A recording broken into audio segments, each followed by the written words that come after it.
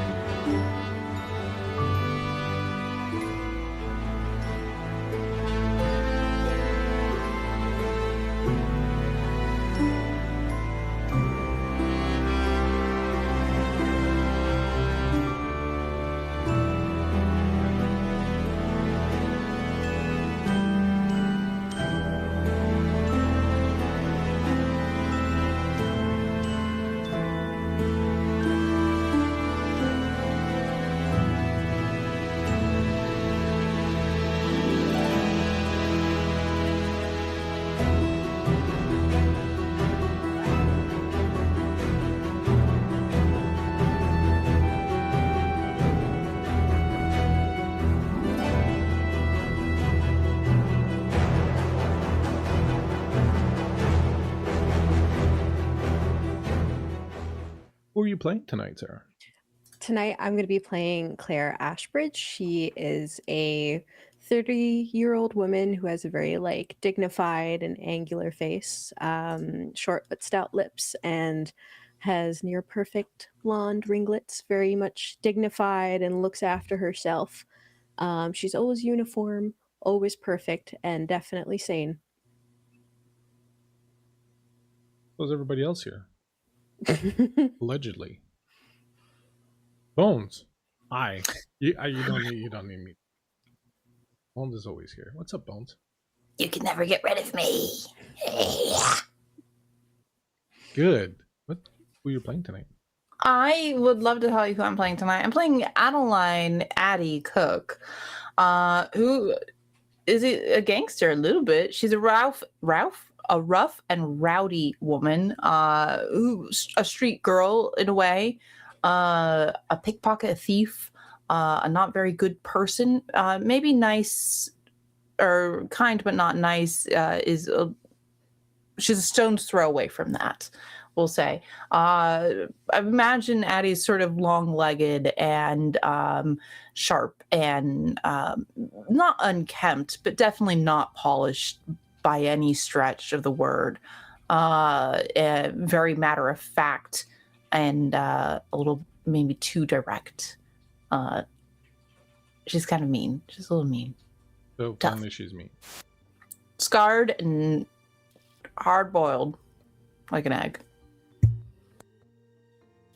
That's how we like him around here. Thank you so much, Bones. Thank you, Sarah. With all that said and done, a little reminder, as usual, that this game contains mature subject matter, is intended for a mature audience, and you should decide for yourself if you want to watch it or not. You know how we do here. This ain't no cult, but, you know, you never know where it can go. It can go dark place. And with all that said and done, my friends,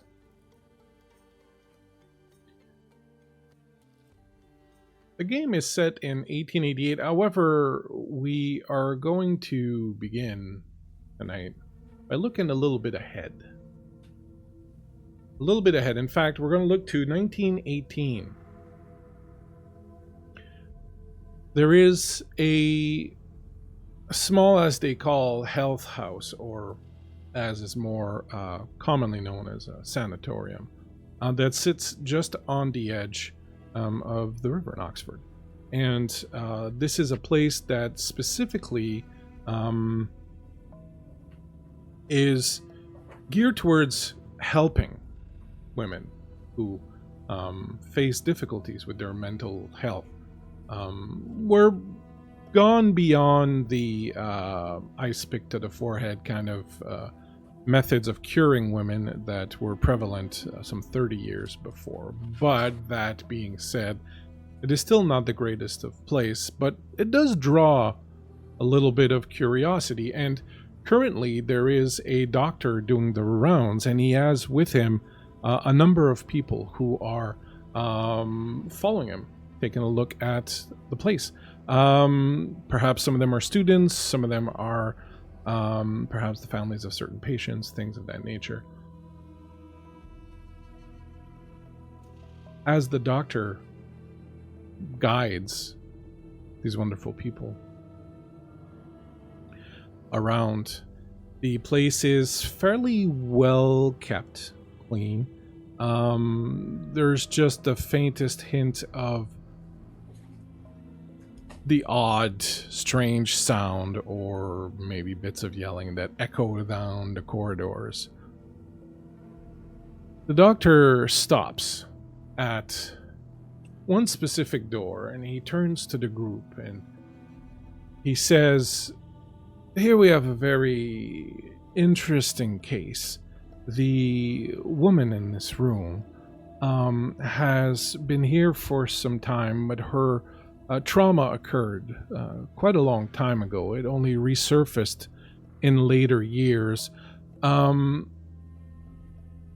She, as you will see, has become very passive, but when she was brought to us, she was on the verge of hysterics at all times." And he turns and he opens a little viewing window in the door, and when they look inside, they see a woman sitting in a rocking chair. Her long blonde hair is very tangled and unkempt, very dulled. The color is very dulled and it's kind of straight and sort of all over the place. And she sits very quietly in this room, not even rocking herself back and forth. The walls are covered in strange writings, strange names, antlers, the words flat circle and king in yellow appearing in several places. We did try to get her to stop writing on the walls, but every time we cleaned them and repainted, she would always find a way to get fresh materials to write with and would start again. One of the women in the group of visitors strikes a bit of a discomforting image as she has a eye patch over one of her eyes, and on that side her face has been damaged, perhaps by fire, and she keeps her hair kind of in front of it, and she leans in and looks inside the room. What happened to her? Poor thing suffered from a number of ailments: mania, nymphomania, psychosis. She attempted to murder her husband, thought he was the devil, the king in yellow, she called him, but we have her on a perfect balance of drugs now, and she's finally, as you can see, found some peace. There are a number of unfortunate women like her here. The one next door is also a very interesting case. If you would follow me further down, and as the group moves down, the woman with the eye patch stands at that door, staring with her one good eye inside that room, taking in the words that she hasn't read in so long, and taking a good look at this woman she hasn't seen in a while. There's a knock on the door with her booted foot. Just 3 knocks. The woman was watching her the whole time, but didn't say anything, probably didn't quite believe what she saw. And so she watches for a little while. And I feel like it's like a very unspoken greeting in a weird way. It's time to go. I've come to get you. I found him. I didn't think you'd come. Yeah, well, I did. Come on She now. gets up, and she's very shriveled into herself, very stiff, but she walks out and doesn't look back. The woman with the eye patch very deftly and dexterously picks the lock, keeping her one good eye out for the doctor or any of the orderlies. Luck is on their side this time. And as they prepare themselves, hesitating, not daring share an embrace or anything, but taking a moment and a strange familiarity passing between the two of them. Finally, the woman with the one good eye tells her where they are going. Caracosa. I know where it is. You found it. Yes. I did. I think I always knew you would. Oh, you'd be a fool to doubt me, so come on, it's time to go.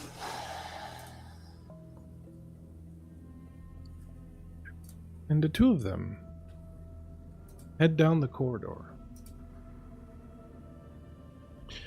30 years earlier, in 1888 in London.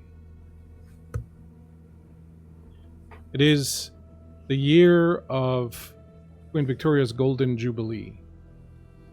There is much to celebrate for the monarchy. Much to celebrate, except that not so very long ago, a mere few months before, Jack the Ripper was terrorizing Whitechapel. He has been stopped by all appearances. But some of the mystery surrounding the devious savage killer have stained many people. And the city is still holding its breath, half expecting that this killer will rise from whatever grave he's been put in, or whatever jail he's been thrown in, or whatever mental asylum he's been placed in, and strike again. But for Addie, this is more of a time of opportunity. Addie, as you are getting ready in your rooms, can you tell us a little bit about where you are and what's going on with you? Where she is a boarding house, probably near Whitechapel or Chicksand, somewhere on the Lower East End of London. The room itself is small, but practical. She's got a small bed sort of tucked away into the corner. She has very few affects. A wedding ring sits on a drawer that she doesn't seem to tend to. The silver has started to collect dust. She has a small wardrobe, mostly men's coats that are layered over top of secondhand blouses and skirts that are tattered down at the bottom. And she is looking in the mirror and sort of adjusting herself as she is set out. I mean, take a note as she's sort of adjusting her coat, a small tattoo of an elephant and the number 40 on her hand, between the webbing between her thumb and forefinger. She's sort of just getting herself ready for the day to leave, and look for some work that does not tie her to previous occupations. And as she thinks this very thought, there comes a knock at the door.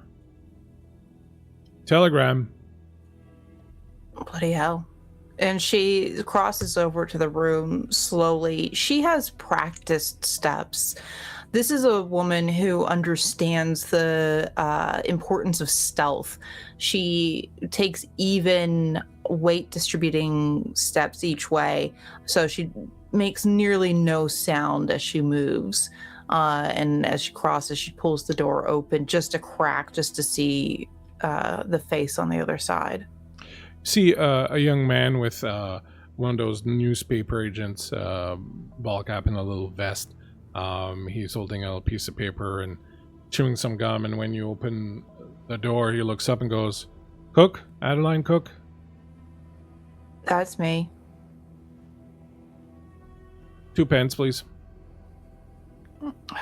She sort of digs into her pocket and pulls out the coins and hands it over to him. Here you are. Have yourself a good day. And Right, you two. Penny pinching bastard. You open it, and it is a telegram, so it is very straight to the point. It gives you an address, along with a time. The address is in Charing Cross, 252 Park Lane, in fact. And the time says before 11 tonight. And the next words are simply, need your help. Important case. Discretion necessary. And it is signed Inspector Aberline. She rears back and probably mutters something under her breath about Aberline. Addie is no stranger to both Scotland Yard and Metropolitan Police. Not by any stretch is she a stranger to them. And kind of hems and haws over it and then shoves the note down into her pocket and sort of grumbles about she gets ready to set out for the day. You finish getting ready, run down the stairs. You live in being a single woman, you live in a bit of a rooming house where other single women live and led by a governess. This one's a little run down and it's on the bad part of town. But you make do. People know better than to mess with you. You do have that tattoo on your hand, even if you try to hide it from most people. But you make your way down the rickety wooden steps and step out into the cobblestoned alley, looking left to right, and eventually making a decision and heading down a certain way. But you've not gone very far before, coming from one of the side alleys, you hear, "Oi, Addie!" Addie looks up immediately towards the sound of the voice. You see a small, wiry, very thin woman with a shock of black hair, top hat, a very old ratty coat over her. You can see a couple other women further in the alley, kind of hanging back a little bit. This one, you know her as Diamond Annie, is playing with this diamond ring that's on her finger. Legend has it that she took it off her husband when he asked her to marry him just before she killed him. And she has this wedding ring and is sort of toying with it, this diamond ring, and is sort of toying with it and goes, "Where you off to then, lassie?" I think seeing the other women down the end of the alleyway and then seeing Diamond Addie, I think Addie is immediately on guard and sort of thumbing the knife tucked into her coat pocket. Just out for the day. Feels like it's been an age since we've seen you. Yeah, well, I'm not quite one for work right now. I'm doing all right on my own. Well, that's a shame. A lot of the ladies have been asking about you, asking where you've been, asking what you've been up to. You haven't gone straight on us, have you, Addie? No, fuck no. What do you think I am? Well, I don't know anymore. That's the whole point. Well, look, the thing of it is, Andy, all good and well. Things are fine here. I've just been keeping a bit busy to myself, sort of laying low for a little bit. Is that all right with you there, Annie? Well, it's not up for me to decide. I just came to give you a little message. And what message is that? Things are changing with the 40 elephants. There's a change of leadership in the offing. I was sort of hoping that, well, being one of the candidates myself, I might count on your support. Perhaps you might find it a lot more interesting being part of the old gang again if someone that likes you better was in charge. Me, for instance. That's so you like me better than Annie. I've always liked you, Addie. Well, let's just put it this way. I don't know if my vote counts much, but I really would like to not make any waves within the 40 elephants as it is. Well, the waves, they're made when someone leaves the pond. As long as you stay in and float along with everybody else in the current, then there are no waves to be feared. I just came to say that it might be time for you to consider Dropping by the club again. Seeing your old friends. Renewing acquaintances and whatnot. That's so.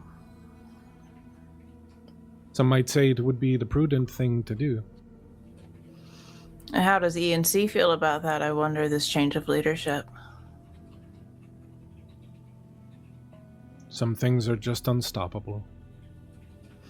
Yeah, I'll keep that in mind there, Annie. I'll keep that in mind. I'll stop by and say hello. You up for a pint sometime, maybe? You know me. Always up for a pint. You buying? Yeah, well, like I said, I've been laying low, not much work around for somebody solo currently, so... Well, I hope things turn around for you there. Yeah, me too there. If they don't, you always got a home with us. You're not ashamed, are you? She looks down at her hand and pulls it out of the pocket and sort of looks over the tattoo and just smiles. No, I guess there isn't anything to be ashamed of now, is there, Annie? I don't really have a choice to hide it.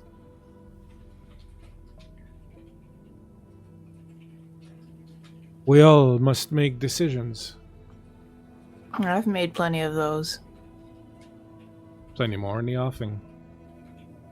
Have yourself a wonderful day. It was a pleasure to see you again, Addie. I hope I'll get to see you again very soon. I'm sure you will. You go on now, Annie. I'm sure I will. Ta. She turns around and leaves the other two women kind of shooting you fairly suspicious looks before they fall in behind her and walk away down the rest of the alley. What do you do? Addie turns on her heel as quickly as she can and gets out of an enclosed private space with these women. She knows exactly what they can and will do. And she just continues on her way. A little bit further ahead, your road is blocked. You can see that there's some sort of procession or parade coming down the street, and you're not too sure exactly what's up with that. But as you try to find a way around it or through it, we move up along a few blocks north of there, where people have gathered to see Prince Arthur, the Duke of Connaught and Strathern, the son of Queen Victoria. As he returns to town, he'll be passing this way any moment. Right now is mostly the military regiment that he went off with and some of his retinue that are traveling down the street. And on a particular street corner, there is a young woman who is very interested in this particular procession that's coming up the road. Who is this woman? What is she, in fact, excited to see?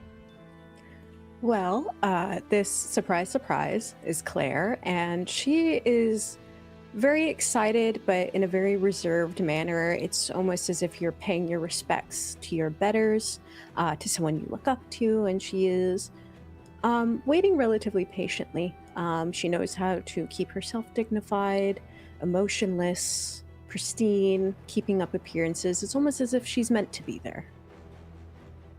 You see just nearby a young girl and her mother. The young girl reminds you of you in your younger days. Her hair is almost white. It's so blonde, and she's got the ringlets also, and she's so excited by all of this. You realize she's probably too young to fully understand what's going on, but as her mother picks her up and hoists her on the shoulder so that she can see above the crowd, you can see that she's just excited by the pomp and circumstance and the orderly way this regiment is walking, and it is really the regality of the monarchy here that is on display. And you can see this young girl, much like you were perhaps at her age and are still are, is quite taken by that. Even, as I said, if she doesn't understand who this person is and so on and so forth. She's maybe expecting to see the queen. She doesn't really understand what's going on, but you see her sort of look over to her left at some point, and her features change a little bit. She looks momentarily like she's a little bit afraid, maybe, or unsure. And you can see just on the other side of them, there's this man. He looks like he might be a dock worker or something. He has a huge anchor tattooed on one of his arms, and his sleeves are rolled up, and he's got a cap and this dirty t-shirt, this dirty work shirt on. And you can just barely hear above the sound of the crowd what this man is saying. He is booing. He is yelling, "Bloody disgrace! Murderers, murderers all! How can you worship them? How can you bow to them?" The little girl looks at this man and seems to be kind of disturbed by that. What do you do? Well, she would first kind of eye him, assess the situation before obviously intervening, because she would. Does he look like he's armed, or is he about to do something at all? You would be surprised if a man like him didn't have a knife on him, but he doesn't seem to have anything else, and he also seems a little bit worse for wear with the drink, as he sort of holds on to a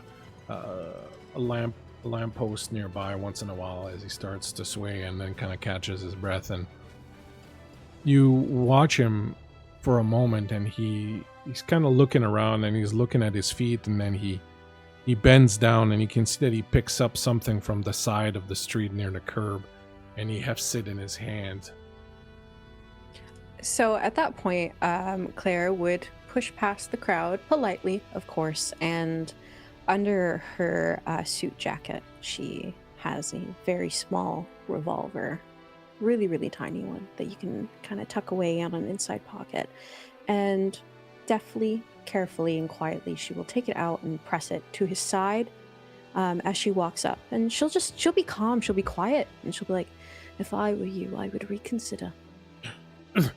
He kind of is taken by surprise. You can see that he's got a handful of horse manure, and it stinks to high heaven, and he stirs holding, and pieces of it are falling to the ground. He's like, "Oi then, what is this? What are you on about?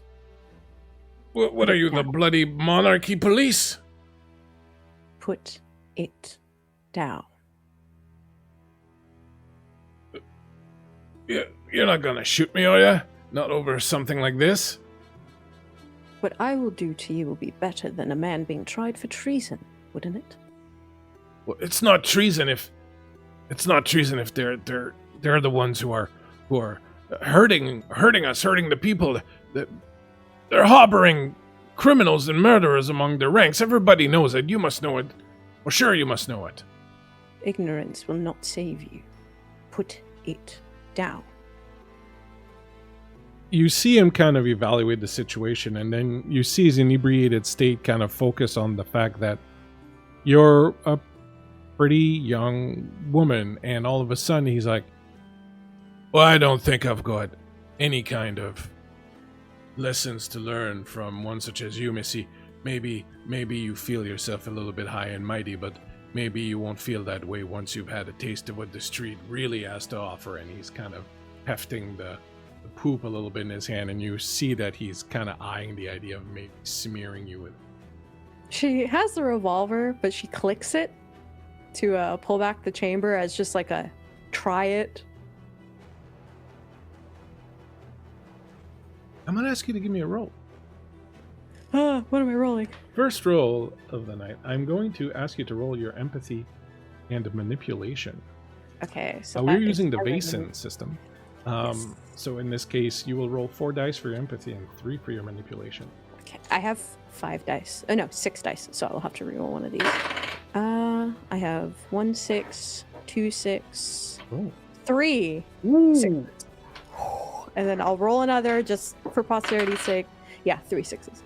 My friends, there's a house rule that I use whenever I use Vason, and we've just had the first the first example of it right now. It is called the Devil's Luck. Whenever the players roll 3 6s, not 4, not 5, not 2, not 1, but 3 6s, something special occurs for them. If I'm out of ideas, usually I'll just give them an advantage. But in this case, as you pull this, and you can see that he's kind of frightened of you, but at the same time sort of thinking maybe he can get away. You see coming out of the corner of your eye the handsome that's carrying the not the what's the word I'm looking for, the all I can think of is chariot, but it's not a fucking chariot. Yeah. The coach, yeah, the carriage with Prince Arthur in it, and you see the man kind of look at that, and he kind of looks at you, and you see him make the wrong calculation in his mind, and he starts lifting it up like he's going to throw it, and in that moment, you see your chance, and with your 666, if you want, I will let you simply, with either a brief little kick or a flick of your hand, hit his hand so that the manure goes towards him rather than towards the carriage. I will do that 110%. Describe this, please. How do you do this? Well, as he goes to heft it, I think she will sort of nudge. It's like a very simple nudge. She's not going to touch him with her hands. I already know the type of woman that she is. She wouldn't. This is already close enough for her. She'll nudge him with a boot that she'll definitely clean later. And it kind of, especially because he's already drunk, I imagine he's already shifting off balance, and with like a whoa, he gets himself covered. And he does, and he slips, and his handful of manure falls on him as he falls to the ground. People around him start to laugh and sort of move around, and he's as he tries to get himself up and starts to scamper away. And you look up just in time as Prince Arthur goes by, waving.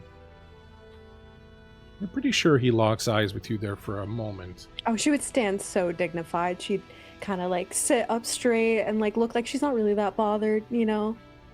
There's nothing quite as beautiful as the power of the tradition of the monarchy, as everyone around you here, of course, feels it and knows it, and everyone cheers for the prince as he rolls on through the street. People taking bets are wondering if he'll ever actually get to be king. His mother kind of hanging on, a story that will repeat itself because time is a flat circle. And you watch, and as you see this beautiful pageant and this display, it fills you with patriotic pride. And you look down, and the man has scampered, leaving behind just a little trail of his manure, and you feel quite content. And as you watch this and remember this feeling of patriotic pride, you remember that letter that's in your pocket, the letter that arrived earlier this morning. Letter from Inspector Aberline. What do you do? Well, the princess passed, so I think she would kind of scurry away, push out the crowd a little bit to get somewhere a little bit more secluded, but still in the midst of the celebration, and she will pull out the letter. I assume she read it before she arrived here, unless she was in a rush.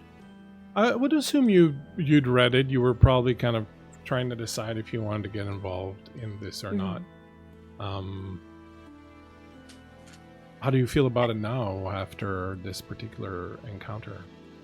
I think Claire has a sort of duty to kin and country, and any sort of she has a lot of respect for any institution. She has full faith in the institutions of England, and I think she would kind of believe herself to be ready, and she will make her way to the place she's meant to go.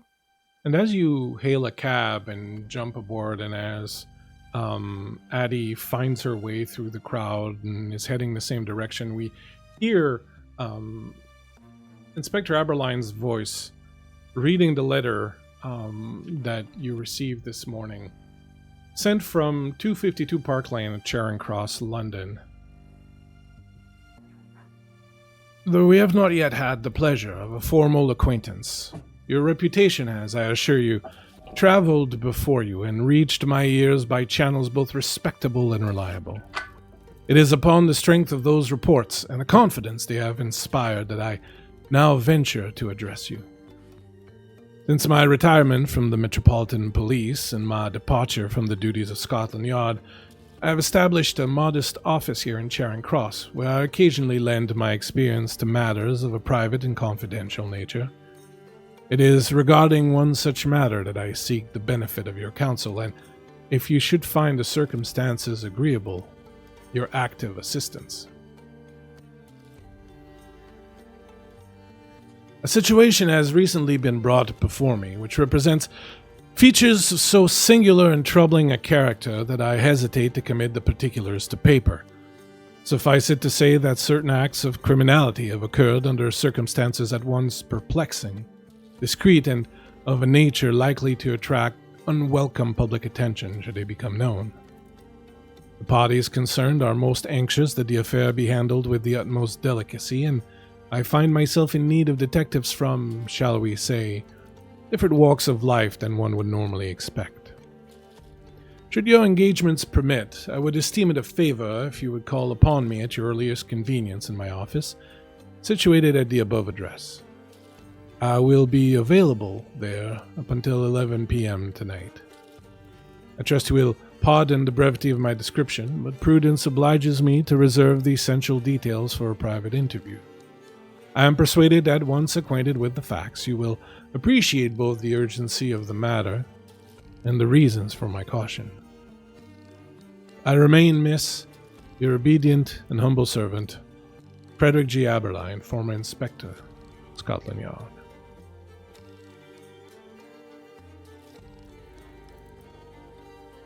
The two of you travel down to Charing Cross. Since you took a little cab, we'll say that Claire arrives first. It is in Charing Cross is that kind of open market area with the cross, of course, the statue and the cross at the center of it. Around it are various merchants and drinking establishments that are sort of built around this little plaza. You find the address is a little off side street that heads towards a park, and there are a number of little, very unprepossessing little homes and houses there, but one of them appears to have been transformed into a place of business, and you approach the address and double-check to make sure that's the right place. There's no sign or anything like that. There's just the address there. It appears that Inspector Aberline likes his privacy. As you step up, Claire, and approach the door, it is open right before you can even knock on it. You see this man standing there. He is probably in his late 30s. He wears this brown suit with a bow tie. His vest underneath has a bunch of pockets with various little bits and pieces and doodads kind of poking out, all made of copper or brass and things of that nature. And he's got these little round glasses that have a little chain that are attached to and they go around his neck. And he opens the door and goes, "Ah, Miss Claire. Claire Ashbridge. Yes. Such a pleasure to meet you. My name is Thomas Darling. It's such an honor to meet you. Please, do come in. Inspector Aberline is expecting you." He holds the door open for you. She'll, dip her head very politely. Everything is going exactly as planned as to social norms, and so the lady walks in first. Everything is great. Everything is fine. Did you have trouble coming here? I'm hearing there's quite a bit of a kerfuffle in the downtown area due to the prince's return. Was getting here not too much of a chore, I would hope. No, smooth as butter. Oh, splendid. So glad to hear it. So glad you were able to find us so easily also. I understand that there's not much of a advertisement in the front of the door, but that's how Inspector Aberline likes it. And as he says that, there is a knock at the door. He's like, "Oh, that'll be our other guest. Would you mind waiting for me just one moment?" Of course, my dear. He goes over and he opens the door, and there stands Addie. He's like, "Miss Adeline." The moment he says her name, the knife is out of her pocket and at his throat. She is gripping the front of his shirt, and she is shoving him backwards and giving a, how do you know my name? Oh, Inspector Aberline told me. Please, I assure you, there's no need for there's no need for this. Everything is perfectly fine. May I introduce Miss Claire Ashbridge? Oh, if Claire sees this, oh no, if Claire sees this, she's pulling out her revolver and pointing it at Addie and goes, "Put it down." How fast can you shoot that gun? Because I can cut his throat. Do you wish to try? Ladies. No need for shootings or stabbings or any other such sports right now. We're all friends here. Are we? Are we? Friends of Inspector Aberline, perhaps. He did invite both of you to come and visit him. If you don't mind, I did shave this morning. I don't think I need another one to go at it. I think it'd be important to know, Claire, whether Claire knows who the 40 elephants are. She'd see the tattoo very easily. You'd see this is under the roughness. There's a pretty woman there, but hard as nails. And she slowly pulls the dagger away, or the knife away. She still has him by the shirt, I think. She's got it like half lowered just in case. Like, we're getting there. We're getting to de-escalation, I think. Do I take it you two know each other? No, but just to make it very clear, I wouldn't necessarily say that I'm friends with Aberline. I think that he is more of aware of my presence than friendly terms. Friends in waiting, perhaps? That's real funny there. I've had friends before, but it didn't turn out so well. And she slowly uncrumples his shirt. I wonder why. And she lowers. Well, I'm such a peach. Nonetheless, quite a pleasure to meet you. My name is Thomas Darling. That's your real name, your Christian name? Yes, it is. Oh. I'm a professor, a cult researcher at Oxford University. Of course you are. I'm also an inventor of sorts. I have many little things and doodads here that I might... And as he's kind of showing you that, there's... the door opens and you hear another voice, another man's voice, and when you look, it is Inspector Aberline. Goes, well, you arrived. Everyone is here. Excellent. I can't thank you enough for accepting my invitation. Please step on in. When you see Detective Aberline, he's got that angular face and that piercing gaze that he's sort of known for, and with the sideburns and the longish hair, and he's dressed impeccably with a beautiful tie and beautiful jacket over his shirt and starched to perfection. Please, step this way. I think at least Claire would not want to step in first.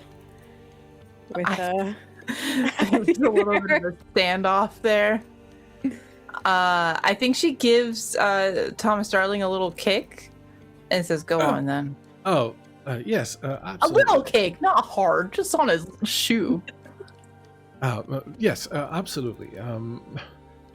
We're all getting along so splendidly. This is going to go so well. And he walks and heads into the room. Addie's glancing over her shoulder. I think she half expects this to be like a setup. Like, this is it. This is how she goes down, finally. You're and like in the cloakroom, both of you. It's kind of cramped, and you're just sort of like in this really awkward distance. After you. Of course. She doesn't like it, but she'll do it. And she'll shuffle on through.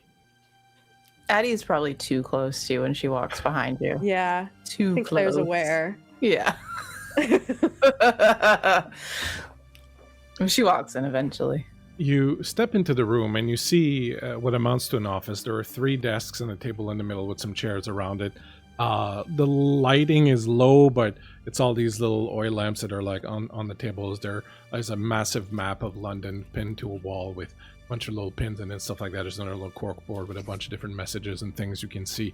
There is a case with rifles that is locked against one wall. Aberline walks towards the middle table as he's rolling up his sleeve. You can see there are two other people in the room sitting around the table kind of eyeing you. One of them is an older man dressed quite well also.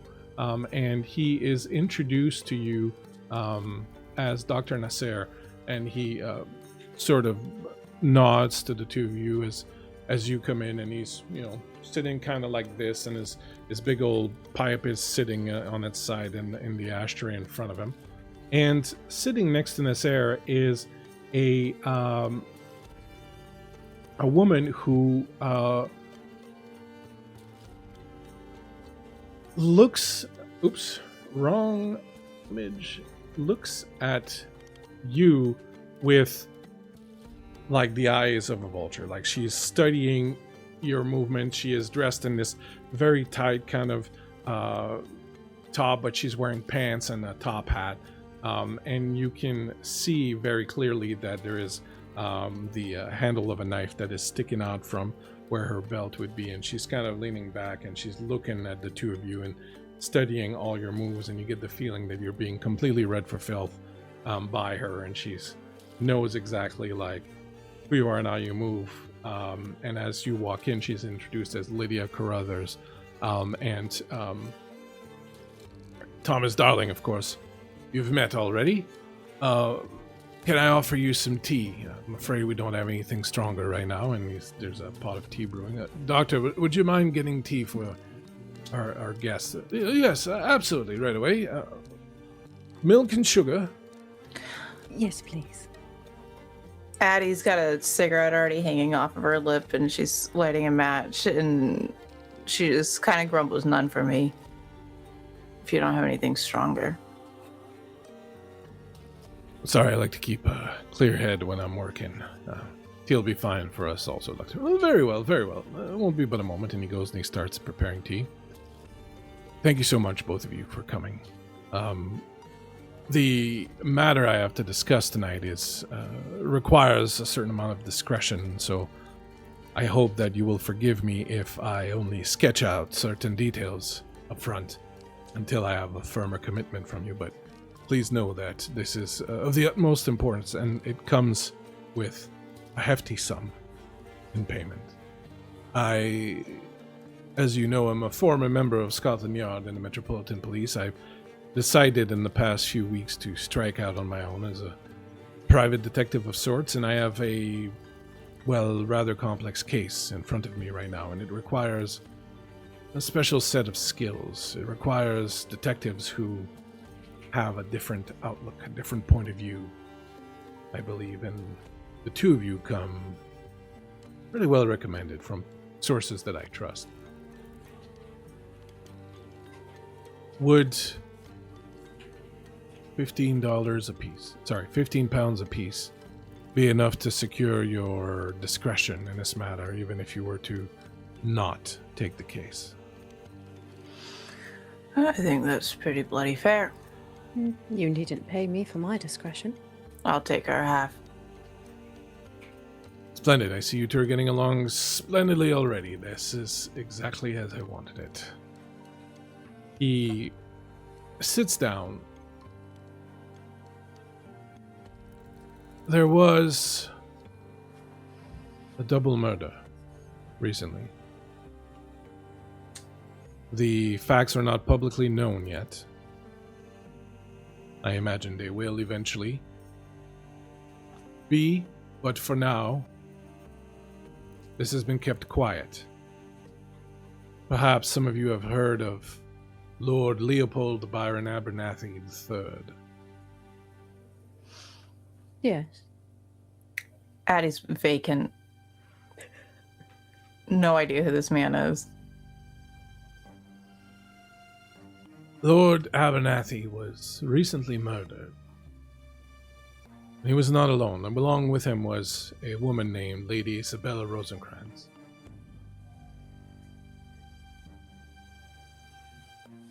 Lord Abernathy was a distant cousin of Queen Victoria, fifth in line for the throne. However, he was tangentially connected to the Whitechapel murders, and the monarchy had to distance themselves from him, a fact that he was rather wroth about.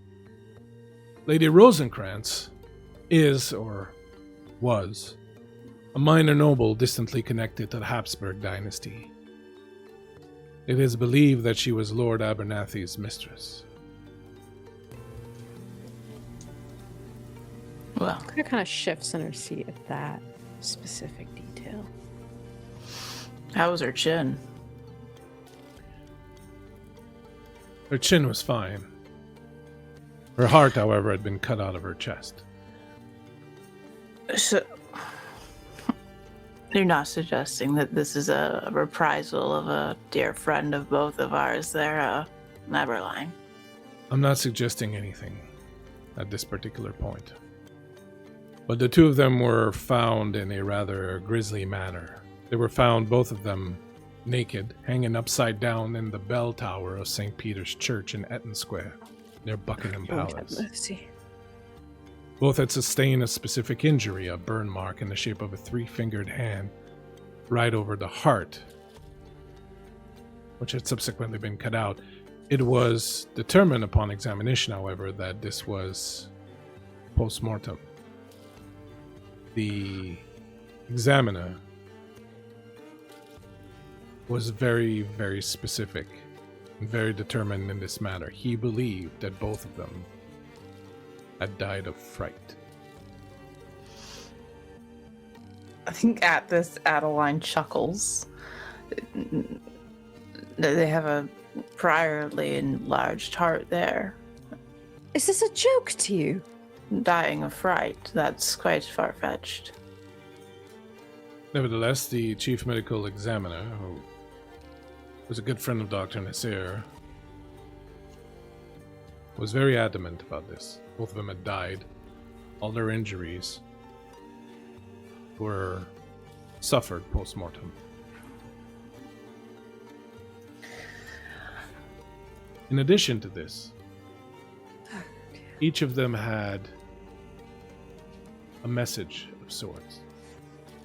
A piece of paper crumpled and stuffed inside their mouths. Lydia, and Lydia produces a handkerchief and she opens it up, and on the handkerchief you can see two pieces of paper stained with blood and vomit. Abernathy had this one, which says "Silence is golden" on it. Lady Rosencrantz had this one, which says, "We are creatures that should not exist by natural law."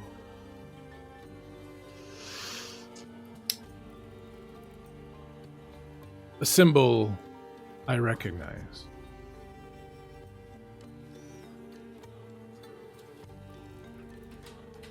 And who is it from?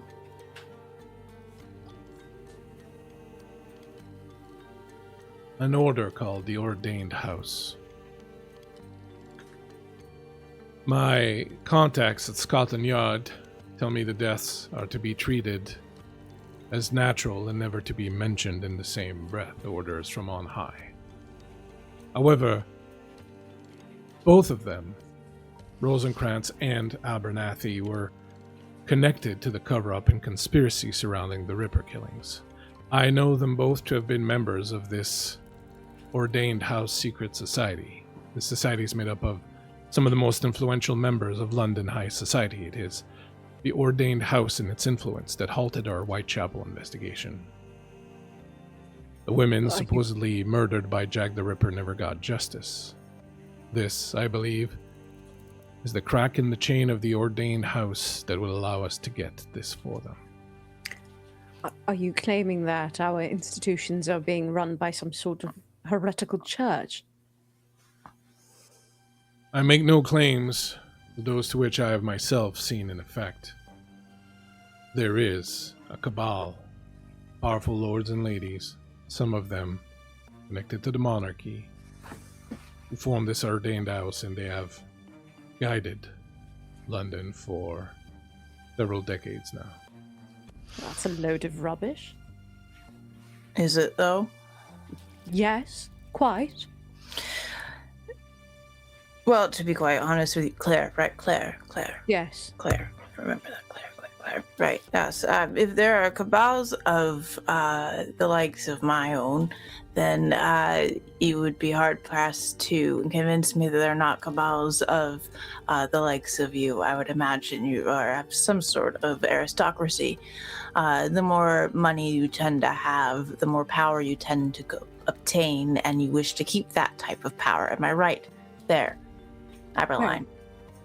We don't have to plunge the sort of depths that you do. Oh, but you do, actually. You do. And in much larger schemes and scams, the war in of itself, or the work that's been done in India currently, yes, I would say that perhaps, yes, you do have to plunge to my depths. Yes, well, we don't all wear our ignorance so plainly. All right, that's enough. I understand that you have differences of opinion, but Looks like it's differences of livelihoods, but that's neither here nor there, huh? It isn't. No. that is in fact neither here nor there. I have hopes that your different perspectives might allow us to see the truth here. Miss Claire, Yes. I am interested in one thing and one thing only, and that is the truth and justice for the women who died to Jack the Ripper or whoever it was that did the killings. I am very happy to be proven wrong if we will get the truth and we will get justice for them. So perhaps this might be your task. Of course. I've spoken to Lady Rose Abernathy, Lord Abernathy's widow. She has given consent to us conducting a separate investigation into the murder of her husband and his mistress. She is aware of her. I believe she wishes the truth to come out, but to do so, we will need irrefutable proof. Proof so strong even the ordained house cannot silence it. Were it not about the grisly murder scene, I will spare you both that horror. Rather, I would bid you travel to Coventry House, Lord Abernathy's manor in Belgravia. His wife Rose will welcome you there and give you access to his study and the household staff. My contacts tell me Lord Abernathy was abducted from his home before he was murdered, possibly by someone he knew. Then you should visit 178 Duke Street on Grosvenor Square. That house is run by Miss Havelock. Havelock is a governess who used her inheritance from her husband to build this house. The house houses young unmarried women of some means, and this is where Lady Rosencrantz lived. She was friendly there with several of the other residents. You might ask Miss Havelock about that. Once you have conducted your investigation at both addresses, we will reconvene and pool information. I have other detectives, and he motions to the others in the room, inspecting the church and offices of the victims. My friends, do I have your curiosity and your interest? Of course. I dare say so there, Aberline. I would like perhaps certain assurances that we perhaps talk about later. My status with Metropolitan Police.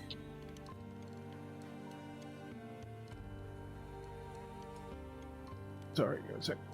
My dear Miss Cook, I will do everything in my power to make sure that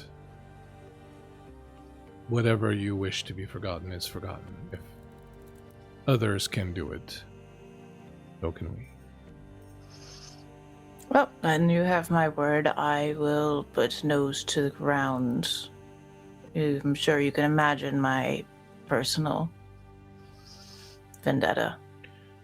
I would imagine so. You didn't seem to be familiar with the name of Lord Abernathy, but Lord Abernathy is the man who owned the Congreve match factory that burnt a few years ago. Yeah, well, amongst other things. I am fully aware that the two of you have perhaps very varied viewpoints on this and come from very different backgrounds, but that is your strength.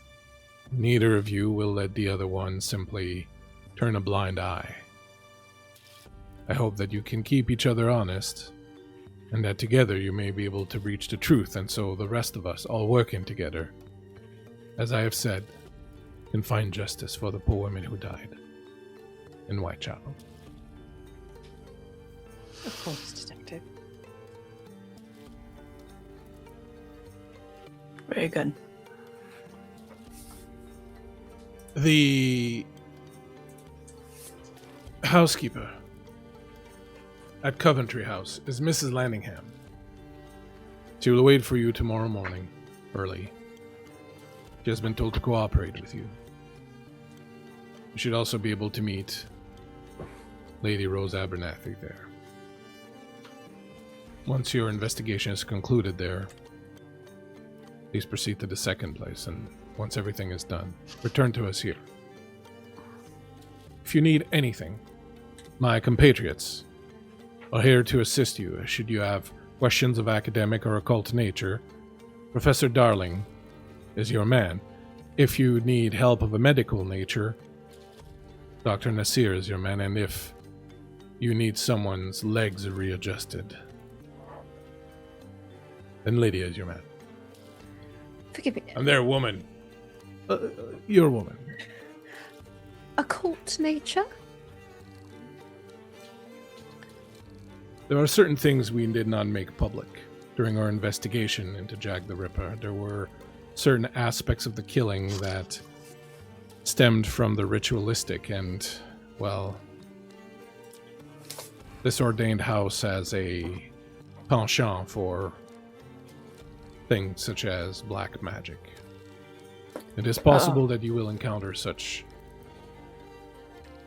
elements in your investigation. If you find anything that puzzles you, then Professor Darling is an expert in that. Right. I think Addie shoots a look at Claire that's like, okay. I think they can come to their first agreement that these guys are little Cuckoo. They will be at your disposal should you need them. And simply contact them here. Best of luck to both of you, and he stands and shakes your hands. I trust that you have everything you need. You are protected. Do any of Yes. you need weapons of any kind or other types of equipment? I am quite well myself. I would hope we would not need to use such things. I would hope not, but best to have it and not need it. And to need it, and, well, Yes. Better safe than sorry. Yeah, I'm alright.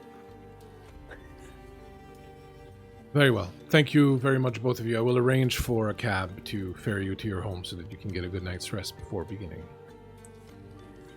Right. Yep. Thank you. Professor Darling, will you accompany them to the door? Of course. Please, ladies. I assume there will be no offers of stabbing or shooting at this particular juncture?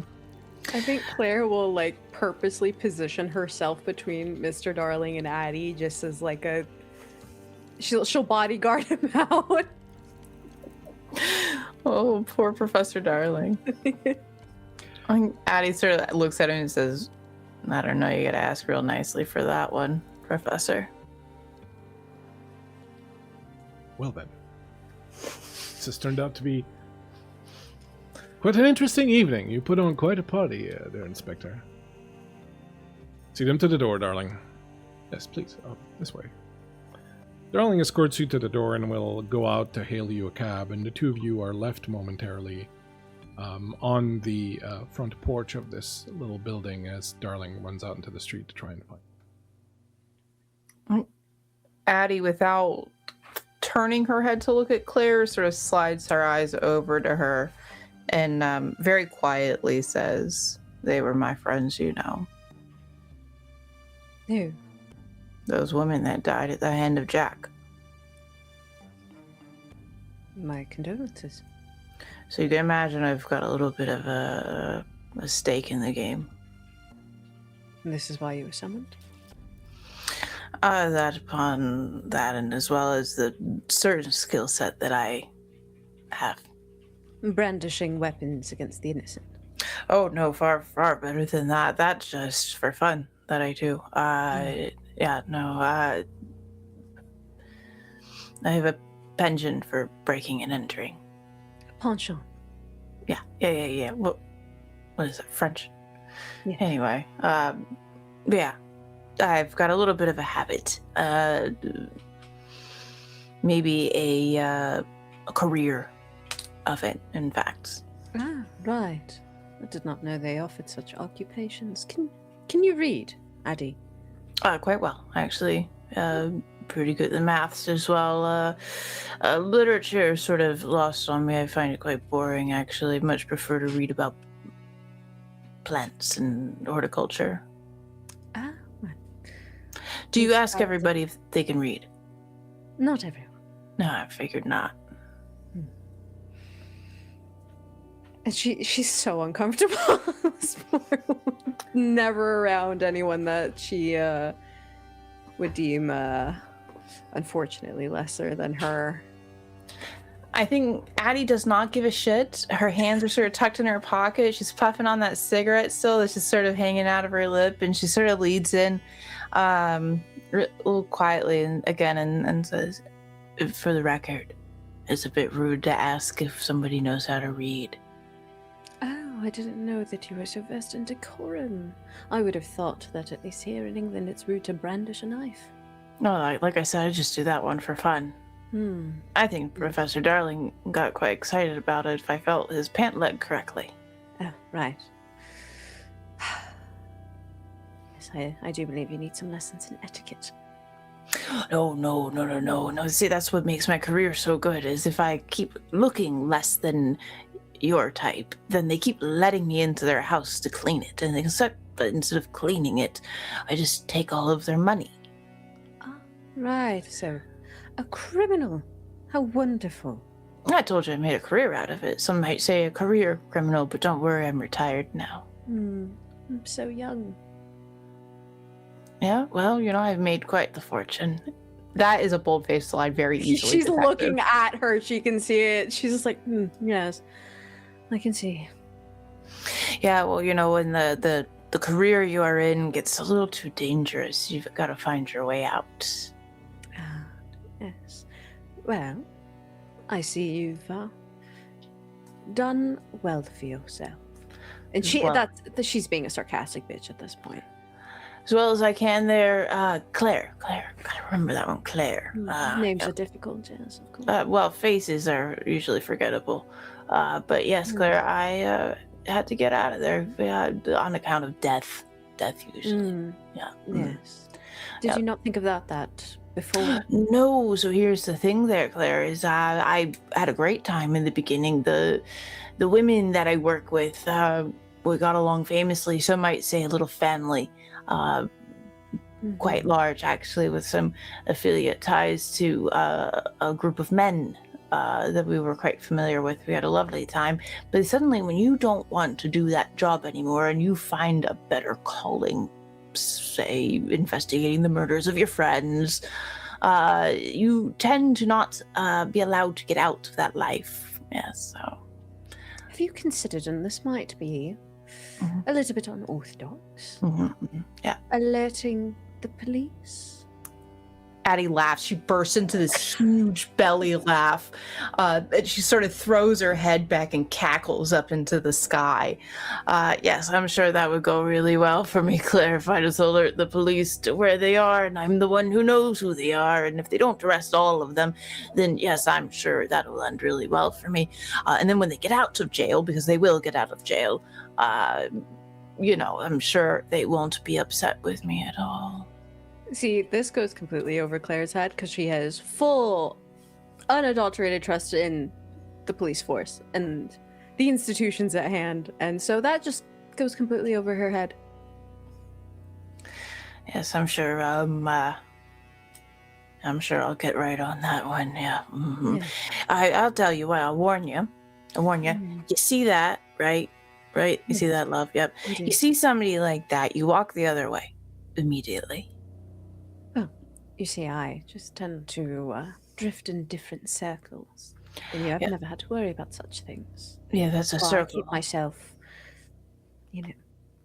dignified, and I remember my place in this world. I don't get up to such buffoonery.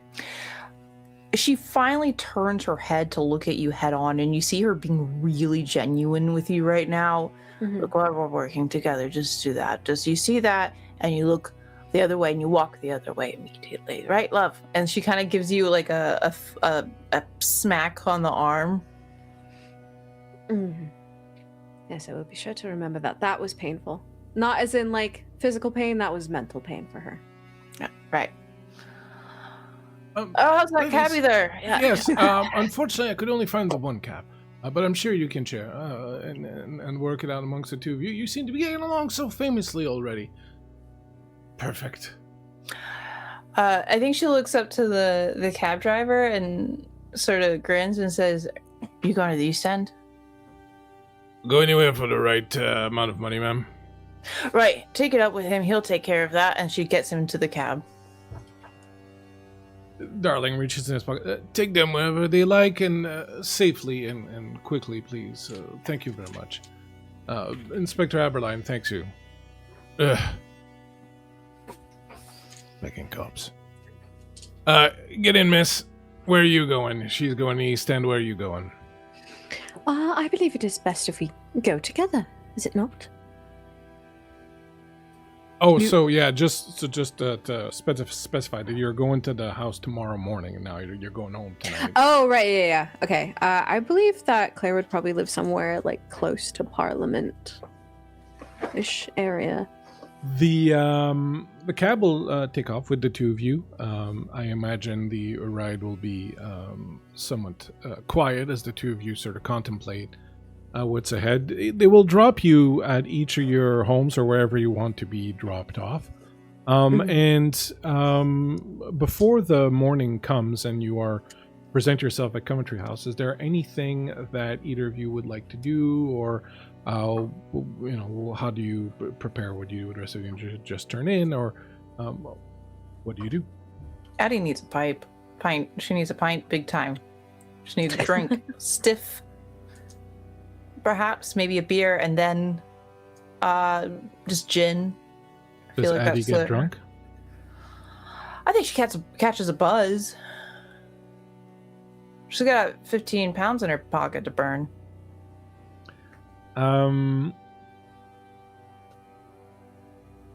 Go ahead. Oh, God. Yeah.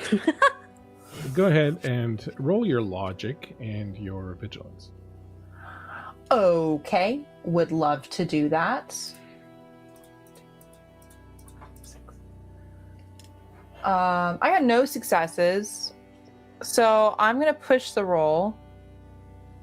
It's going to be the same thing, because what's going to happen, because you had no successes, you're going to wake up with a massive headache and a massive hangover, and I'm going to say that you are probably angry about it, so you're going to take the angry mental condition. So it's the same thing as if you were to push the roll. So. Oh, okay. Then I'm okay. So you wake up just pissed off because you swore to yourself you weren't going to go down that, but one gin became 20 gins, and next thing you know, you were dancing on top of the counter, and the rest of the evening's a blur. And thankfully, you woke up in your own bed, but fully dressed under the covers, with muddy boots and all. I think when she wakes up, she does not change. She gives herself a quick whore bath and splashes some water on her face. Good whore bath. And what does Claire get up to? Like a complete opposite from Claire. She'll get home and brew herself some tea, and I think she's going to look at like the newspapers that have come in, because she's very much distraught, a little confused about the knowledge that her country is corrupt. She never really ever considered that. So she's kind of piecing through the newspapers and trying to see if there are any tell signs, anything that kind of lines up with what the inspector said. Give me a logic and learning. Okay, logic and learning. That is 5 dice. 1, 2, 3, 4, 5. I can count. And that is no successes. Okay. I'm looking at your talents here. I You do feel like I have the something. erudite talent. Do you wish to push the roll, or do you want to live? Nah. Okay. I can figure What it out. I think you- she can doubt for now. What you realize, I think, is that, of course, if there was such a thing, the types of papers you read would not talk about it. Yeah, probably. And I think that kind of revelation alone tells you something, and if nothing else, it tells you that Aberline has somehow managed to instill a little bit of doubt. A little chink in your armor, but you realize that probably whatever Addie reads, if she reads, would be more Which she can do. more the kind of things that would that kind of seed in it. But of course, you know, you're reading the New York Times and the Washington Post, so you know they're not going to say anything wrong about anyone. They never do that. But you get a good night's sleep. You wake up well rested. Yeah, I do my makeup in the morning, my full routine, Full regalia. put on my best dress. Yep. The house, Coventry House, is in the neighborhood of Belgravia, which is not too far from the castle, from Windsor Castle. And it is, up until a few decades ago, this was swampland. And then it got bought up by a developer who paid a particular architect to build a place. And he built this place up to all kind of look the same. So it's, I'm sure you've seen pictures or you've seen it in films before, but it's that neighborhood that's got all those white buildings with colonnades, and you know they all kind of like they're all stuck together and they all kind of look the same. But beautiful cobblestone streets. Everyone's got, you know, the metal fence in front. Everyone's got the colonnades. Everyone's got the little carvings of angels in the corners of the verandas, and you know, things of that nature, and everything is white and pristine and clean and beautiful. And this is 100% the kind of place where you, Claire, fit in perfectly, and Addie basically looks like when you wake up in the morning and the cat has spewed on the ground, like it's as out of place as that. I think she also reeks of gin. I think she reeks of gin. Like literally, she shows up smelling of body odor, gin, and onion. Well, the body odor and onion, that is the body odor, is onion. He just oozes onion. Yeah, That's she's beautiful. sweating. She's really pale and she's sweating, and she's kind of maybe got the shakes a little bit. And she's like she's got like a handful of cabbage and is just eating. No, she's smoking. She's chain smoking. As soon as you see her, Claire, you realize, you know, it's going to create a thing when they open the door and they see her. This is it. This is it. This is how it goes down. It's over. My reputation, it's gone. This is how it ends. This is how it goes. You gather each in your own way in front of the house, and you stand there looking up at this beautiful, beautiful manor, a house that belongs to Lord Abernathy, fifth in line when he was still alive. The crown. There's all the windows are closed and all the curtains are drawn, and there is a kind of pall that hangs over it. Like you can definitely tell that this is a funeral home. You know, people are kind of walking across the street from it and all that. There's definitely like kind of a vibe of like something funeral sort of here. You would have expected to see newspaper reporters, things like that, but there's no one. There are a couple of guards that are Metropolitan Police that are standing nearby, but they're kind of, not standing in front of the house. They're standing, they're keeping it under view, but they're not standing in front of it. You stand there, both of you. What do you do? Claire would be inclined to knock, do it the polite, societally expected way. So she would probably make way to just politely knock on the door. You knock on the door, and moments later, the door is opened by this very proper-looking woman. She's got red hair tied up. She's wearing this very severe sort of, governess's or housekeeper's sort of dress with the white puffy sleeves, and she's got the key ring attached to her belt, and she looks very, very proper. And she opens the door, and she sees you, Claire, and she smiles, and then her face doesn't move, but you see her eyes just sort of move sideways and pick up Addie, who's standing just kind of next to you, maybe like a step behind. Mm-hmm. And she addresses you, Claire, 100%, but her eyes are just, and her face is towards you, but her eyes are on Addie. Mm-hmm. I mean, in Claire's mind, if we just don't acknowledge the literal elephant in the room, it won't be a problem. Addie's now taking a sip of something from a flask for a hair of a Wonderful. dog. Smells like more gin. This is good. How may I help you? My dear, we are sent on behalf of a private investigator to investigate the death of Lord Abernathy. Is it all right if we can come in? Are you Inspector Aberline's detectives, then? Yes. Yep, that's us. Mm-hmm. She just caught a whiff of Addie and see her nose kind of try to retreat inside her. Perhaps it might be best for reasons of discretion if you were to walk around the back and come in by the servant's entrance. I will make haste to answer the door there. But the door's open now. Discretion, my dear Addie. We're Yes. already here.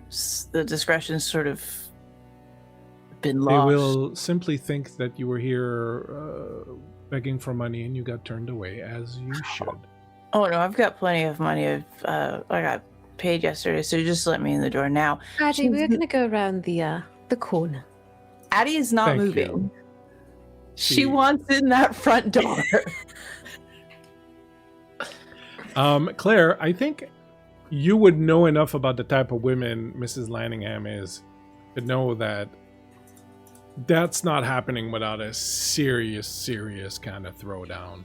And that eventually Lanningham will back down and let you in, but that's going to completely sour to you. So I'll let you, Claire, kind of decide how you want to handle this, because it's clear the two of them aren't budging. So you're kind of stuck in the middle here, having to finesse this situation. Could you give me a moment, Mrs. Landingham, please? And she'll turn to Addie like a very angry mother. Very stern, but very quiet, because we can't make a scene. Addie, my dear, I know you want in this front door. It's so very easy, but we must keep appearances. Yes? I think you see a quiet rage inside of Adeline. Not to you, and not necessarily to Mrs. Landingham either. She's just so hungover and so mad about it that it's just there. Right, how much money you got on you? How much will make you go around the back of the house? 10 quid. 5. 7. 6. 6.5. Fine. Right, pay up. Now, Yes. go around the back first. Go on. She goes. Mrs. Lanningham kind of gives you a nod of well done. Closes the door. You come around back. When you do, you realize a couple things. One, as you come through the back gate, immediately there's a stable, and you can see an older man inside. He looks like he's packing a crate or something. He doesn't really see you as you walk in. He's not really paying attention. You also see, hey, Solution, thanks for dropping in, man. You also see that there is a little cottage in the back that obviously seems to be inhabited. You don't know by whom, but there's like a private little cottage in the back, kind of hidden by some shrubberies and whatnot. And as you approach the door, it opens, and Miss Lanningham says, as Addie's walking into the kitchen, "It is good to keep things discreet and proper at all times. You should be thankful for your friend and her sense of discretion and form." She says that to Addie? The fucking door was already open. And she just walks by. I sincerely apologize for my accomplice here. My dear, it's clear that you are a lady of certain upbringing, and I appreciate that sometimes those of us who have the good fortune of being born in a better position are sometimes afflicted with others, and I do not hold it against you. Of course. I will do my best to keep on the straight and narrow. Is that not right, Addie? To make sure that she doesn't take any of the silver. Yes. You're muted, my dear. You're muted. She's just taking a sip of the flask and looking you dead in the eye, Claire. Right, straight and narrow, eh, pet? And she just puts it away.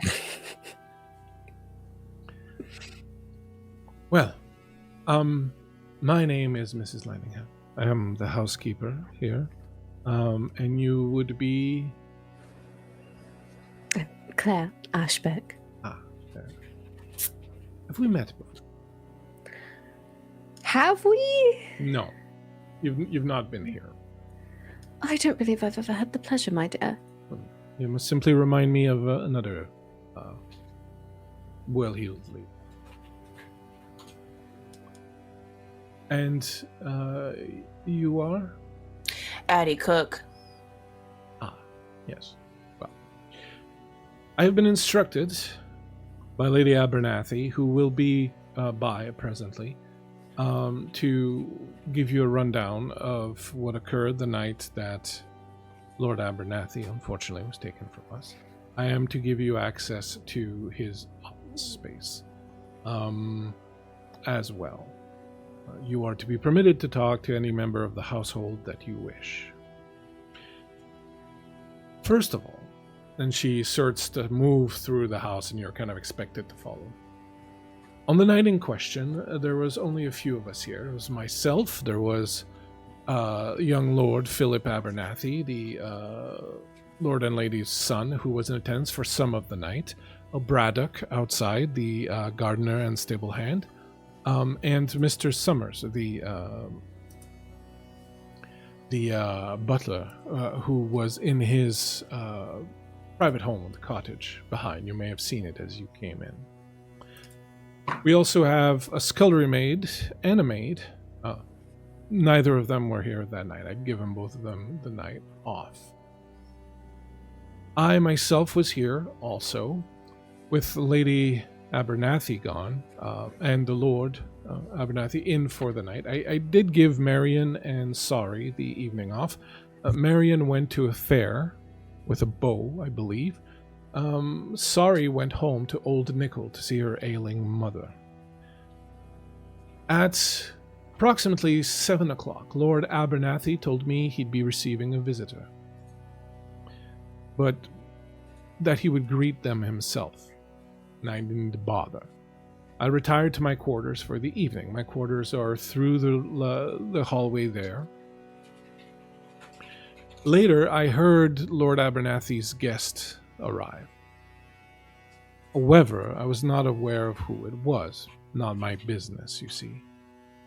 I heard voices later and assumed it was his guest leaving. Later still, I heard Lord Abernathy go out. That's Philip, the younger lord. Around midnight. After that, Lord Abernathy's guest departed, and I assumed he turned in. I was already in bed and was but dimly aware of the departure.